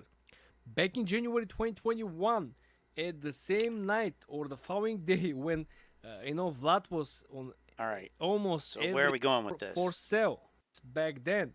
Well, this could have happened, but it didn't happen. So what? Vlad Tenev on CNBC Thursday said that the company doesn't have any liquidity issues. Concerns arose around Robinhood drew down its credit lines amid the trading frenzy on its platform.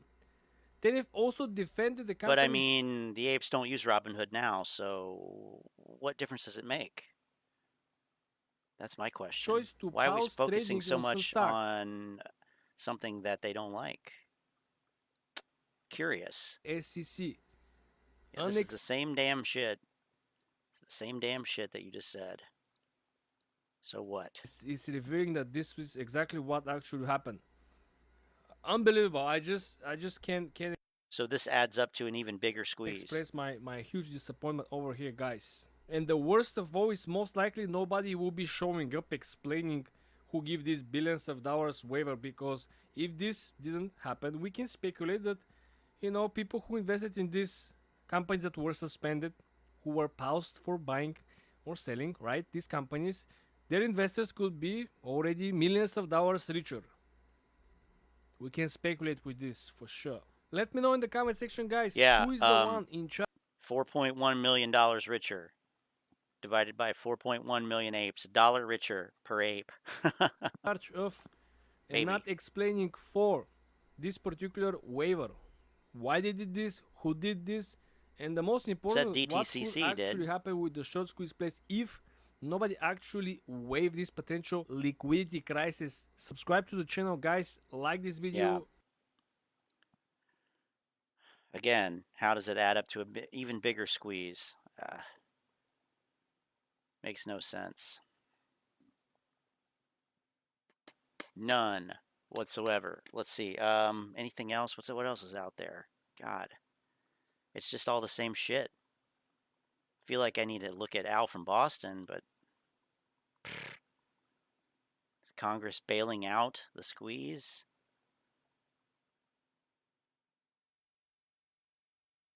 Where's Al? He didn't put anything out today? I don't believe that. Is he shadow banned again?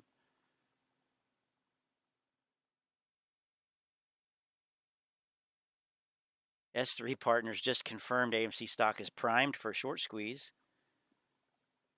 For some reason, I don't believe that. I remember what Ehor said. He said it's looking squeezier.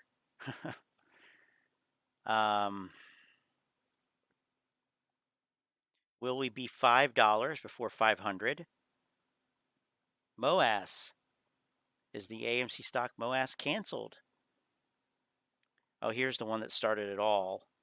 Here's the one that started it all. Hey, it's Al from Boston. Let's kick it off. Right.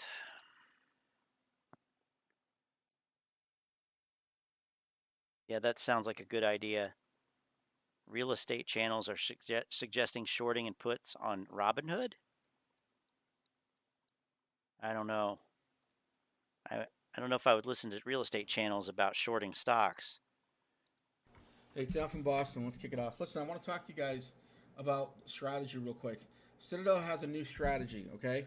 I have this on good authority to tell you this, and I'm telling you right now, they're playing to the play here is for them to create an argument in front of Congress and their lawyers. Their lawyers are coming up or the plan that's saying all retail, it's a cabal, and they're trying to ruin the stock market for everybody, and Citadel is being unfairly targeted. Okay?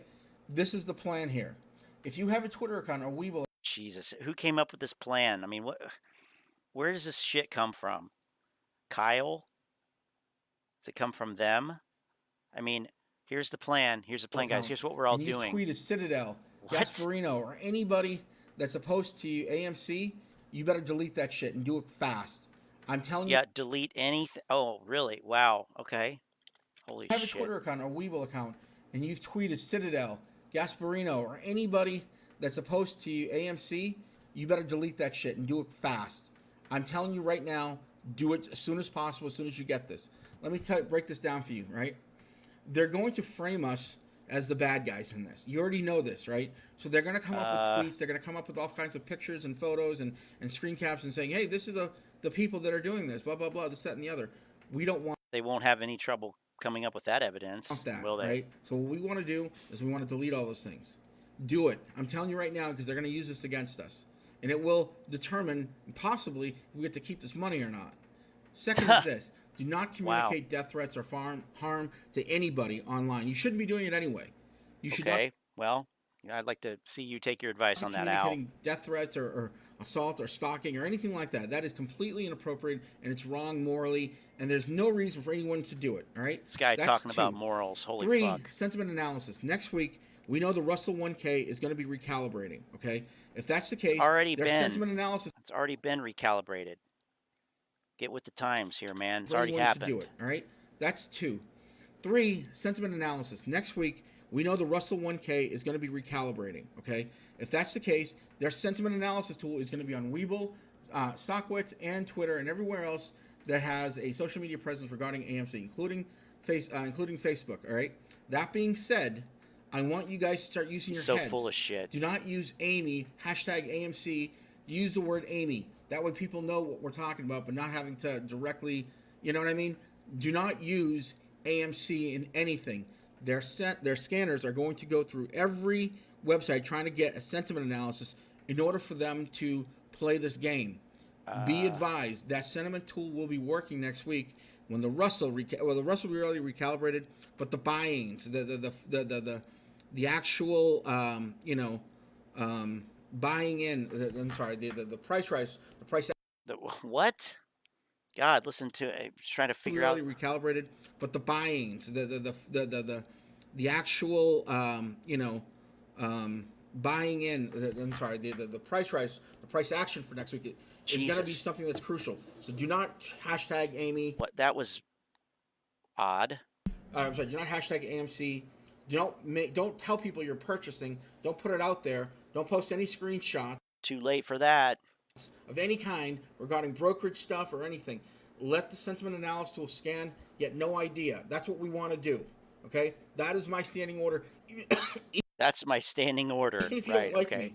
All right? If you're a hater and you're watching this, trust me on this. Just trust me on this. Have a little bit of faith. This is what they're going to do next week. That sentiment analysis tool is going to be gauging reactions and any conversation that we have, and they're going to get a report, and they're going to act accordingly. So please listen to me when I tell you this. Yeah, don't comment, hashtag AMC, at AMC, none of that stuff, not even Adam Aron's. No purchases should be posted on the internet. Don't tell anybody you bought anything. Just leave it alone. Because if you don't post it on Twitter, they won't know that you bought it, right? They won't know that shares were bought. You have to say something. If you absolutely have to say something, if you're a big mouth or you need the attention, just type in Amy, not Oh yeah, okay. Like AMC, Amy. And the name, Amy. And no dollar sign. No dollar sign. No dollar sign. All right? That being said, that is going to help because AI is not able to figure that out. I don't think that they can do that with their sentiment scraping tools. They can't figure out that they've all substituted this word that's like one letter off, or one of the letters is off. That's way too smart for them. Next week, all right? Jesus. That will help us. Do not post anything, because I'm telling you right now, we've done enough analysis, and I've got on good authority this. Next week, that sentiment analysis tool is going to be up and running, and what? Absolutely making recommendations on this purchasing and so on and so forth. So you've been warned, you've been told, And now I'm asking you, please don't do that. Just follow the They're instructions not going on this video. They're not going to be buying it right now. anyway. They're not going to be buying it anyway because they don't have money to do it. They haven't been. So I know you guys coming here for the primary, the most important piece of information.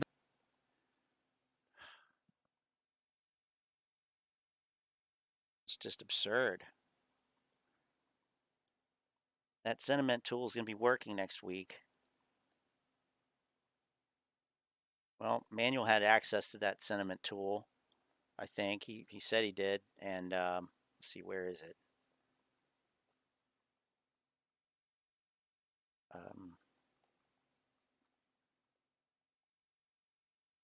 There it is.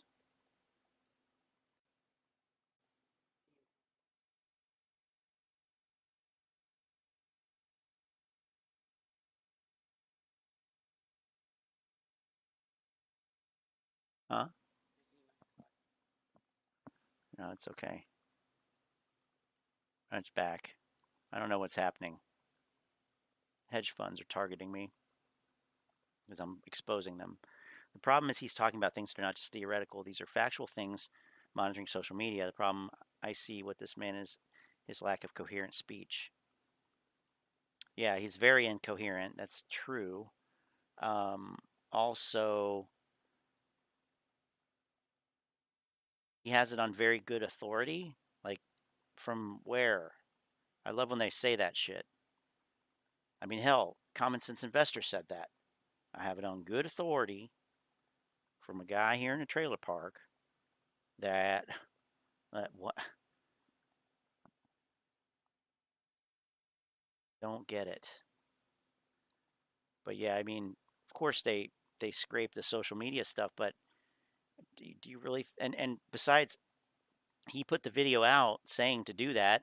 If they're actually scraping the shit, they probably already know that they use that hashtag. I mean, I guarantee that they do. If for no other reason, the content matches. So just because it doesn't have a hashtag, it means nothing. JP Morgan confirmed AMC's. So I wanted to do this and go back through finance news, not watch the videos. I would never put anybody through that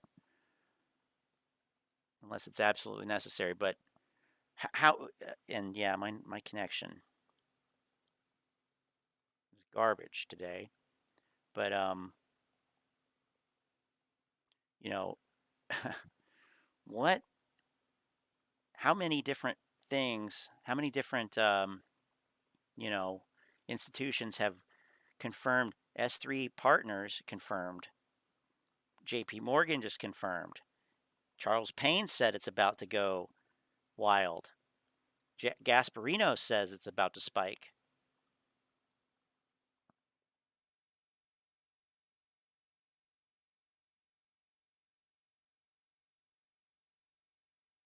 Bank of America and Citigroup at risk of credit default, at risk of default due to AMC short sellers. CNBC just confirmed the short squeeze. Robinhood just collapsed. Citadel next. Goldman Sachs, it's about to go down with AMC stock. Right. Elon Musk is about to go all in on AMC stock 3 days ago. AMC stock, it's about to blow up. Just just generally. Webull says AMC stock is about to break out. Robinhood just went down. Citadel next. It's the same damn thing as the other one. Fox News just confirmed the short squeeze. At Ortex, AMC is about to take off. Credit Susie just went down. Moass is coming. Aron again. AMC stock is about to take off.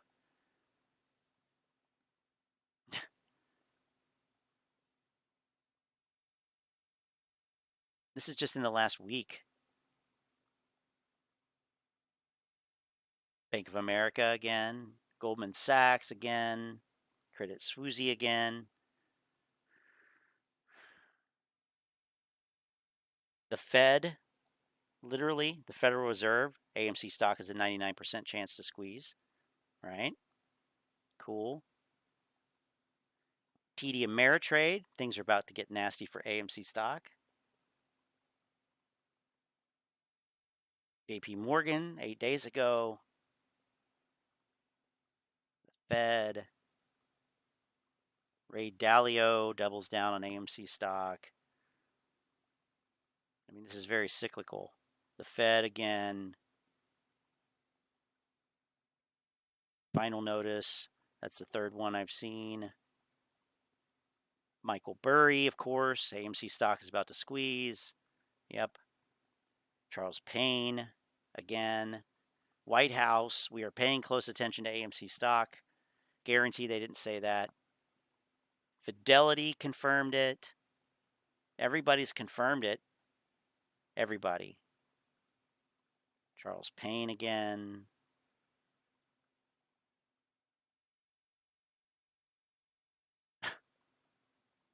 Mark Cuban. Oh, that's crypto. Whoops. And then there's the generic mega squeeze incoming. We are going, Jerome Powell, we are going to forced a squeeze for AMC stock. I mean, here we go. Jim Cramer again, Charles Payne again, Goldman. Citadel's secret strategy for the third time. All these videos have at least 1,000 views. Some of them have close to 10,000 views. Okay, here's one 538, but it's only because it's about crypto. Who? Yeah. $1,000 real price.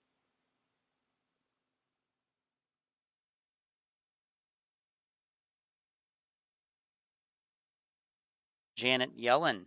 Okay, Treasury Secretary Janet Yellen. AMC stock's about to go nuts. Now, these people don't say these type of things. They don't talk about individual stocks. What are you talking about? Let's see here. The ability to speak to people so they can learn. He's yelling at people about things he does not fully understand. And that's what messed people's heads up, in my opinion.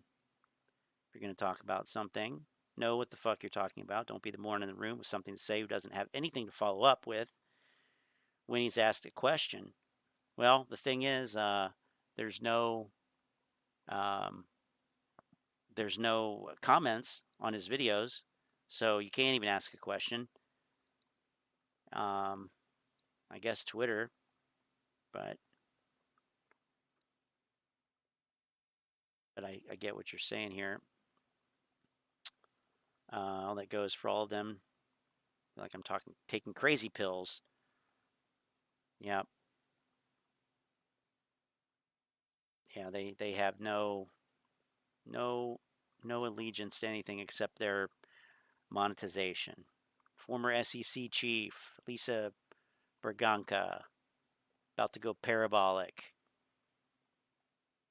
Now she did talk about it, but I'm not even convinced that's actually even her. I don't know.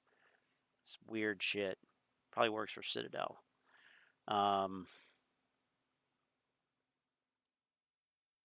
Charles Schwab.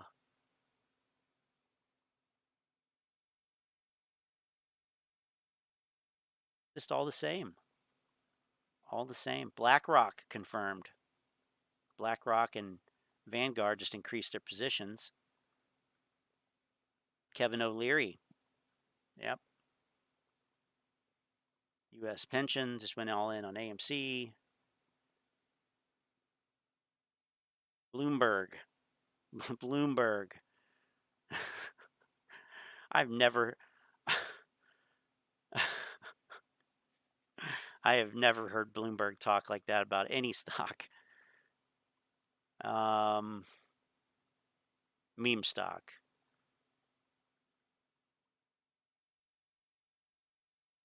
We're about to take action, says Joe Biden. It's over. They're about to cover. CNN just confirmed it. So all these confirmations. It's a lot. Here, final notice again. There's a final notice a month ago. But here's another one a month ago. 2 final notices. Here's another one. Final notice. Does he not know what final notice? Does he not know what the word final means? Like, how can it be the final notice? There's like Goldman just sold. Call him Soldman. Citigroup, former Fed chief. Warren Buffett. Warren Buffett. There it is.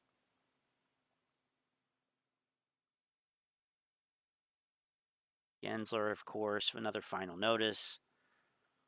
Major arrests are taking place for AMC stock. Good God.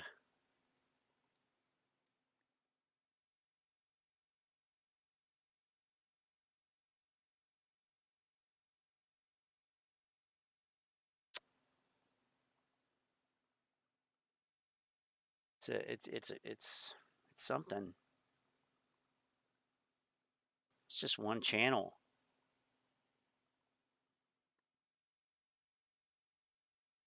Bury. 23.7 million views on this channel. And they started on January 26th of last year. Convenient timing. Good timing. Impeccable. Okay.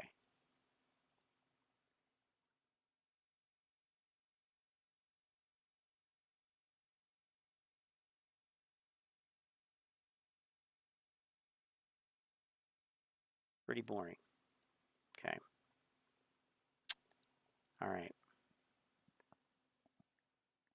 So Lynn said over in the chat, we have the Telegram group. So that URL is at the bottom of the screen. It's also in the description. So you can join us over there.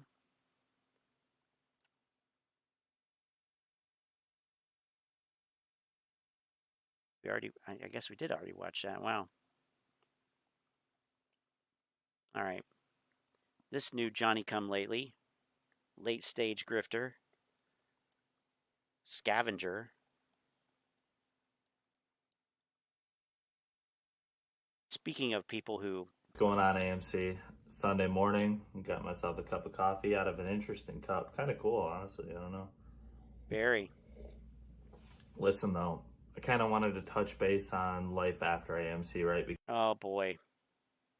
Because it's time. The page out of the Lou handbook. And there comes a time in a play when you have to start planning for what you're going to do with the mass quantity of capital that you're going to walk away with. And, you know, obviously with the US dollar kind of being in a weird spot, you just have to start planning everything you're going to do. So rather that be Terra Luna 2. You're going to buy a house or pay a house off, or, you know, I'm not the kind of guy who's going to go out and buy a bunch of fast cars and stuff because those are depreciating assets. But smart. Maybe when I'm a little older.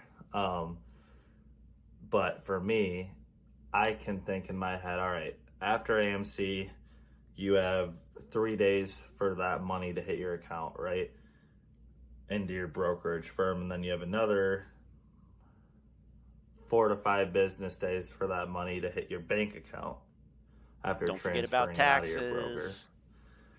Or longer, depending on the fucker, or not the fuckery, but just depending on what goes on, right? Brokerage firms it might take a little longer for them to be able to get the capital, right, for the transfers. So rather that be via government or, yeah, you know, from the... If he's been listening to Lou, he knows it's going to be this this government cryptocurrency. That's what you're going to get paid in. So add a few more weeks in there for processing.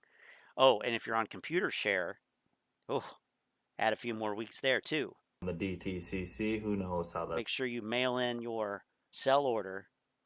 Get it in the mail, air mail to Australia. That's going to go. But there's going to be a lot of plays right within the week to 2 weeks after AMC, right? And hear me out on this. Okay. you're going to have retail investors who walk away with, you know, let's just call it $1 million, right? They're going to dump it all back into meme stocks and lose it all. They're going to use a quarter of that on their self, a quarter of that in savings, and the rest of it on another play, right? And you're going to have all this capital getting thrown into another play that never really existed in the retail community before, but now we have the whale power, right? Instead of, like, obviously as a group with retail, we had the whale power, but now you're going to... I'm glad he clarified that. Have an individual who can drop, you know, 200 grand on a play. And well, that won't really do much. It doesn't really, $200,000 is not that much, but maybe if 200,000 people do that or something, but not even think about it. So you're going to see stocks, in my opinion, popular stocks, right?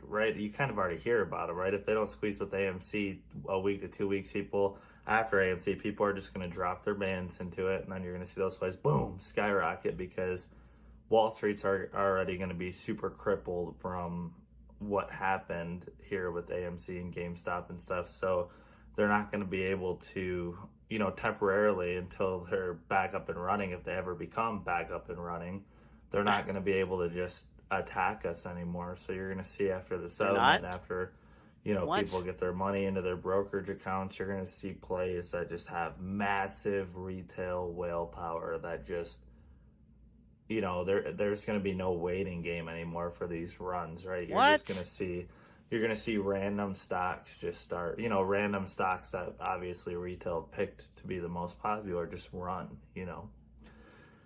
Because we have the capital now. So that's definitely something to look into. You need to know, like, in your head, all right, I'm going to sell at this price target. I'm going to take this amount out for myself, and I'm going to put the rest of this into this play. Boom, double out. Boom, double out. Boom, double out. You know what I mean?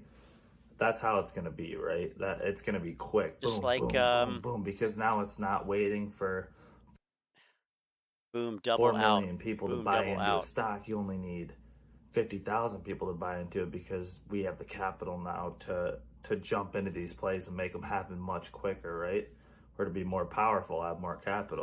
So you're going to go around and pump and dump a lot of stocks. That's what you want people to do.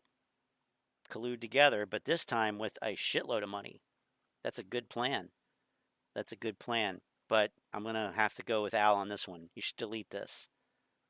Should probably delete this video. This is very, very against Al's standing orders. So I would say that's what I'm looking for. The plays right after AMC. The plays. So, you know, there's going to be massive pumps, right? Definitely a lot more money to be made after, right after. I'm talking a week to 2 weeks after. So, well, you just have to be ready and have your mind in the right spot, and already have it pre-planned on what you're going to do. Maybe not necessarily, you know, it's going to be this stock that I put it into, but you need to have, if that's something you're going to do, right? I'm going to do that, okay? Then you need to have like a game plan, right? Because when you wake up one morning with $5 million worth of AMC after this, wake up with $5 million. I love it. It's like, what the fuck do I do? Like, I have all this money now. That's why it's like important, before you have the money in your hand, make the decision on, okay, this is what I'm doing, right? Because when you go from this amount to this amount, it's like, holy shit, that's a lot more. Like, it's easy to get, you know, right? It's easy to get, yeah, you know, off course, right? We've all been there. So, and some people are going to say, you know what, I made enough. I don't want to go in the stock market anymore. I just want to live off of this and call it good, right? But other people like myself are going to, boom, I'm going to get on those other plays, ride them. Get on those other plays, man. Right? Because, you know, that's just what I want to do. It's fun. It's fun. It's honestly, it's the best opportunity ever. So that's going to be my thing. Life 2 weeks after AMC is going to be the title of this video. And, you know, it's going to be good to start looking at the stocks that we want to do. I'm going to be focusing more on small cap stocks, right? Because it's going to be a lot easier to ride a stock that's only got, you know, 10 to 40 million shares in the entire float, right? So yeah, instead of 500 over 500 million. I'm gonna be looking for. I hope that helps. I hope you guys start planning, right? Yeah, because obviously sure, with things coming to a close, we need to start being ready for what's to come quickly. So that's gonna be my thing. God, hope that helps, and I'll see you guys on the next one. Basically blue with Mr. Low Energy 3, right? I swear to God. Now you know it's real when this guy up here, Stephen Van Meter, when he confirms a squeeze, well, you know, then we might have something. But he will never confirm the squeeze. Or this gentleman.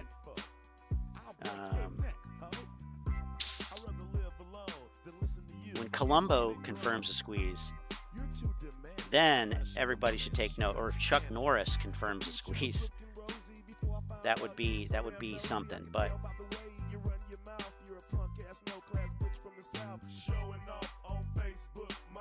well, the thing is, Rave Mac, we've seen people do that. We have watched videos of that very thing. In fact, let's see. We also have, gotta spell it right. We also have moon phases and other astrology on this. We have AMC June psychic predictions, right? This one is not even seemingly with real cards, but yeah.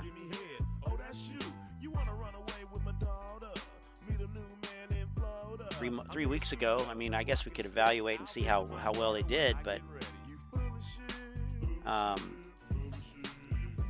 hello, my friends. This is the AMC one. But yeah, I mean, you can check this out.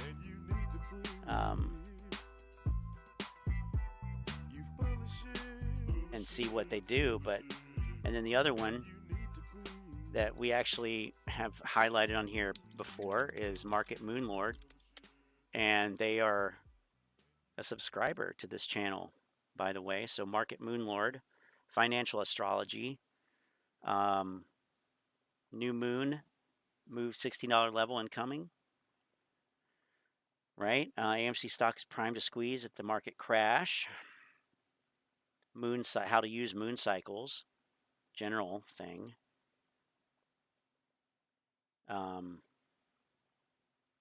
So that's taken the moon theory to a whole nother level. But it's just crazy that, you know, that's something that, you know, I really didn't expect to see. We see it. Well, we might as well at least check him out. Something about a Neptune moon or something. Welcome back to another AMC Financial Astrology Update. DD on AMC, you absolutely cannot get anywhere else. I'm your host, Jason Alexander, the Blue Moon That's Neptune, probably here true. to help you navigate through the illusions of life. And today we're going to be going over the AMC moon phase analysis along with the star chart. As you guys know, this week we are entering a new moon, so I want to take a look at that. We're going to check out the SPY to try to guess the overall market, and we'll take a peek at GameStop. So if you like this video and appreciate it, go ahead and hit the like button. And if you want to see more DD like this in the future, all you got to do is hit the subscribe button and the bell notification. I want to know where you get those moons on the chart. DD over the week, check us out at the Market Moon Lord Discord. Welcome to the Market Moon Lord, where we merge the matrix with the stars. Let's see here. Jason Alexander. Charlie's Vids. What do you think? Good content with a crazy person explaining it. Bad content. Just curious for your input. Okay, so first on my screen, we are going to look at the SPY because the SPY made a very interesting move. Now I have, you know, notice I have not said anything negative here. You know, it's an interesting idea. I'm not sure, you know, the validity behind it or the track record, but it is unique. That is true. And, you know, I don't have a problem with it. I think it's,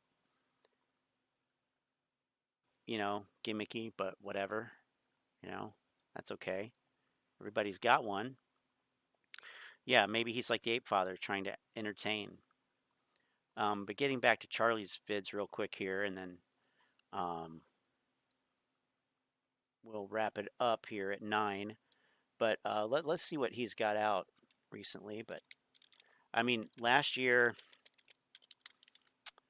I criticized him pretty heavy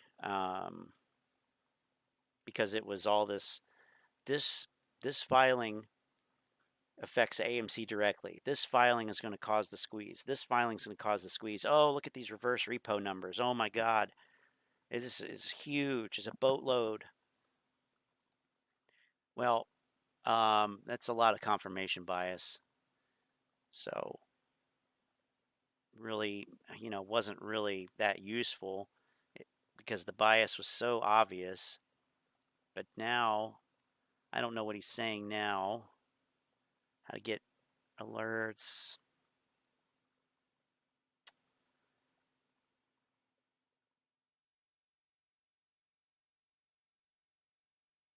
So I don't know if he actually knows how to trade anything. I don't really get that sense. It's all of this regulatory stuff. And I don't think it's very well explained for the most part.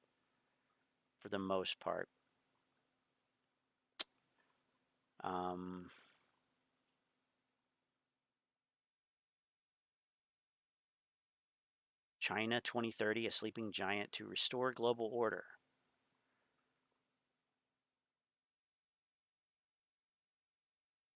Reverse repo breaks all-time record.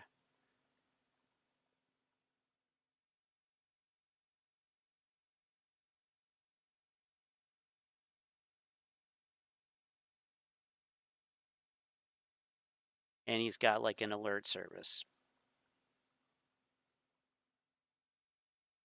Options course. Options, that's the Options Industry Council. He's probably, I guess he's just going through it or something. I don't know.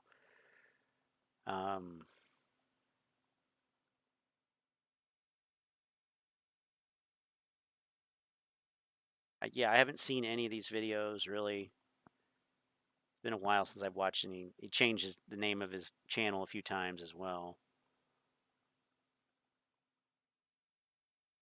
Yeah, here's what the last one I watched was this Reg NMS overview, which was impossible to follow.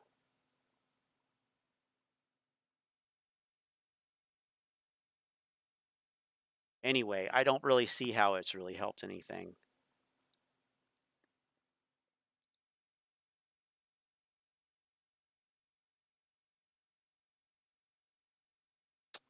Yeah, Discord and Patreon. I don't know how many the tarot card readers have, but Market Moonlord has over like a little over 1,000, I think.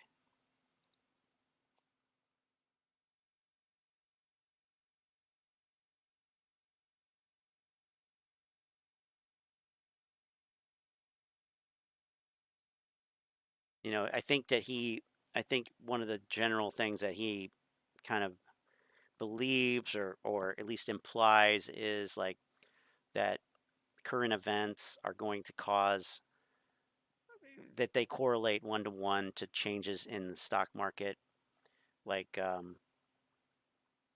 this kind of stuff about well, down here is like the Fed increase, interest rate increase,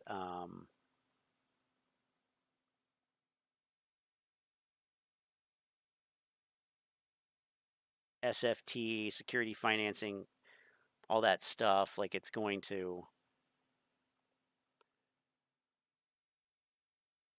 cause something definitive to happen. Here's one about a filing.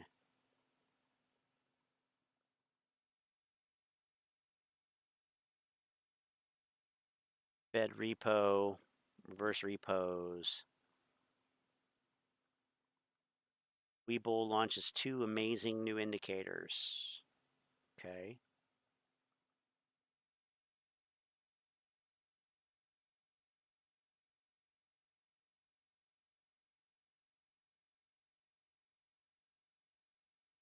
We just triggered a news algo.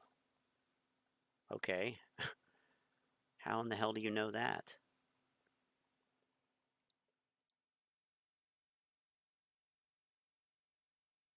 The Great Reset. Aye. Okay.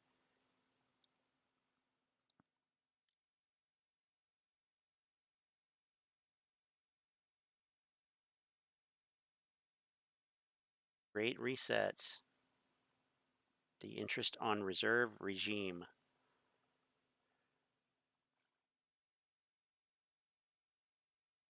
Okay.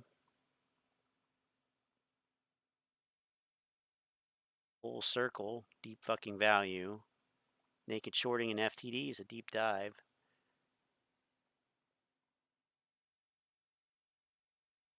So, you know, and he's got 34,000 subscribers, but I just don't really see how useful this stuff is. It really hasn't, like, in my mind. Here's something about swaps. They love to talk about swaps.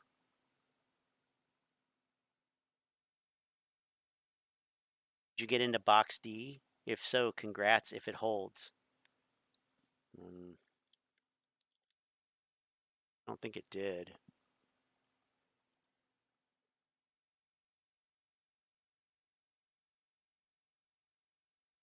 Oh, well, when was that video from? 11 days ago. So the 15th.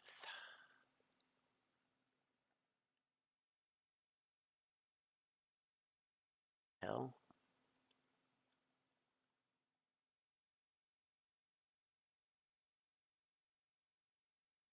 Anyway,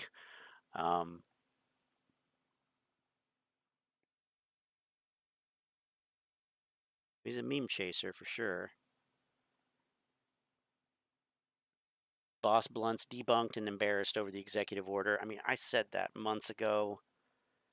That clown is wrong. He's not even reading. He doesn't even understand what the executive orders do or what happened on June 3rd. I mean, you know, he's just now saying it 2 weeks ago. So, let's see what he said here. He's a little bit manic, scattered, some solid points, but the horse he beats has long been dead. Yeah, and he's a GameStop purist. You know, that's basically GameStop purist. So, well, we've got more stuff to do this evening, so we're going to be wrapping this one up. But do join us over in Telegram. Boss Blunts was wrong. Again.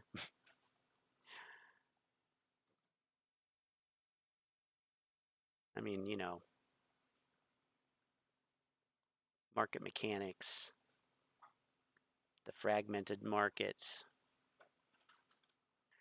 So anyway, let's go hit the futures one more time here and see if there's anything that we can discern from this at all. Probably not. Hopefully, well, who knows, right? At least we have a full week this week, full trading week. First week of July.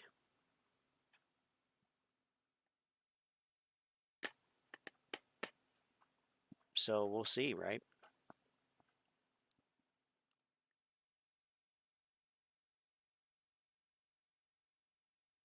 I mean, if there's one thing that could even be more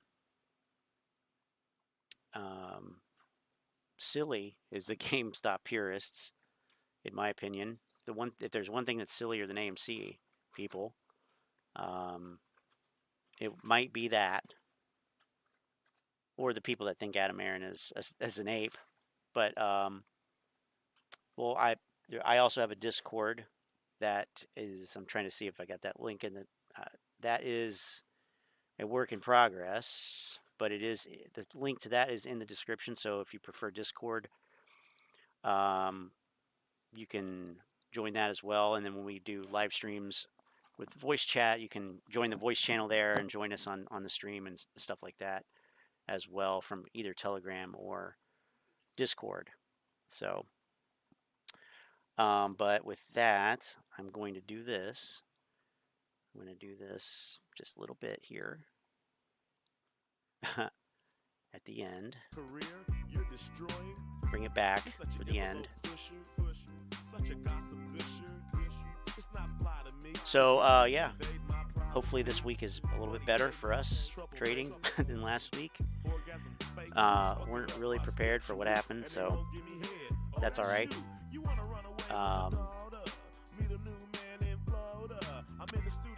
What can you say?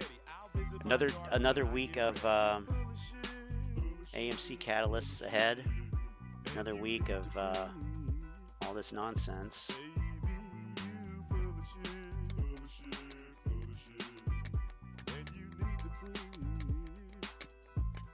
Oh, by the way, checking in on the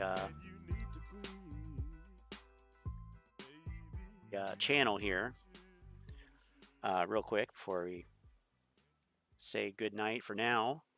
I'm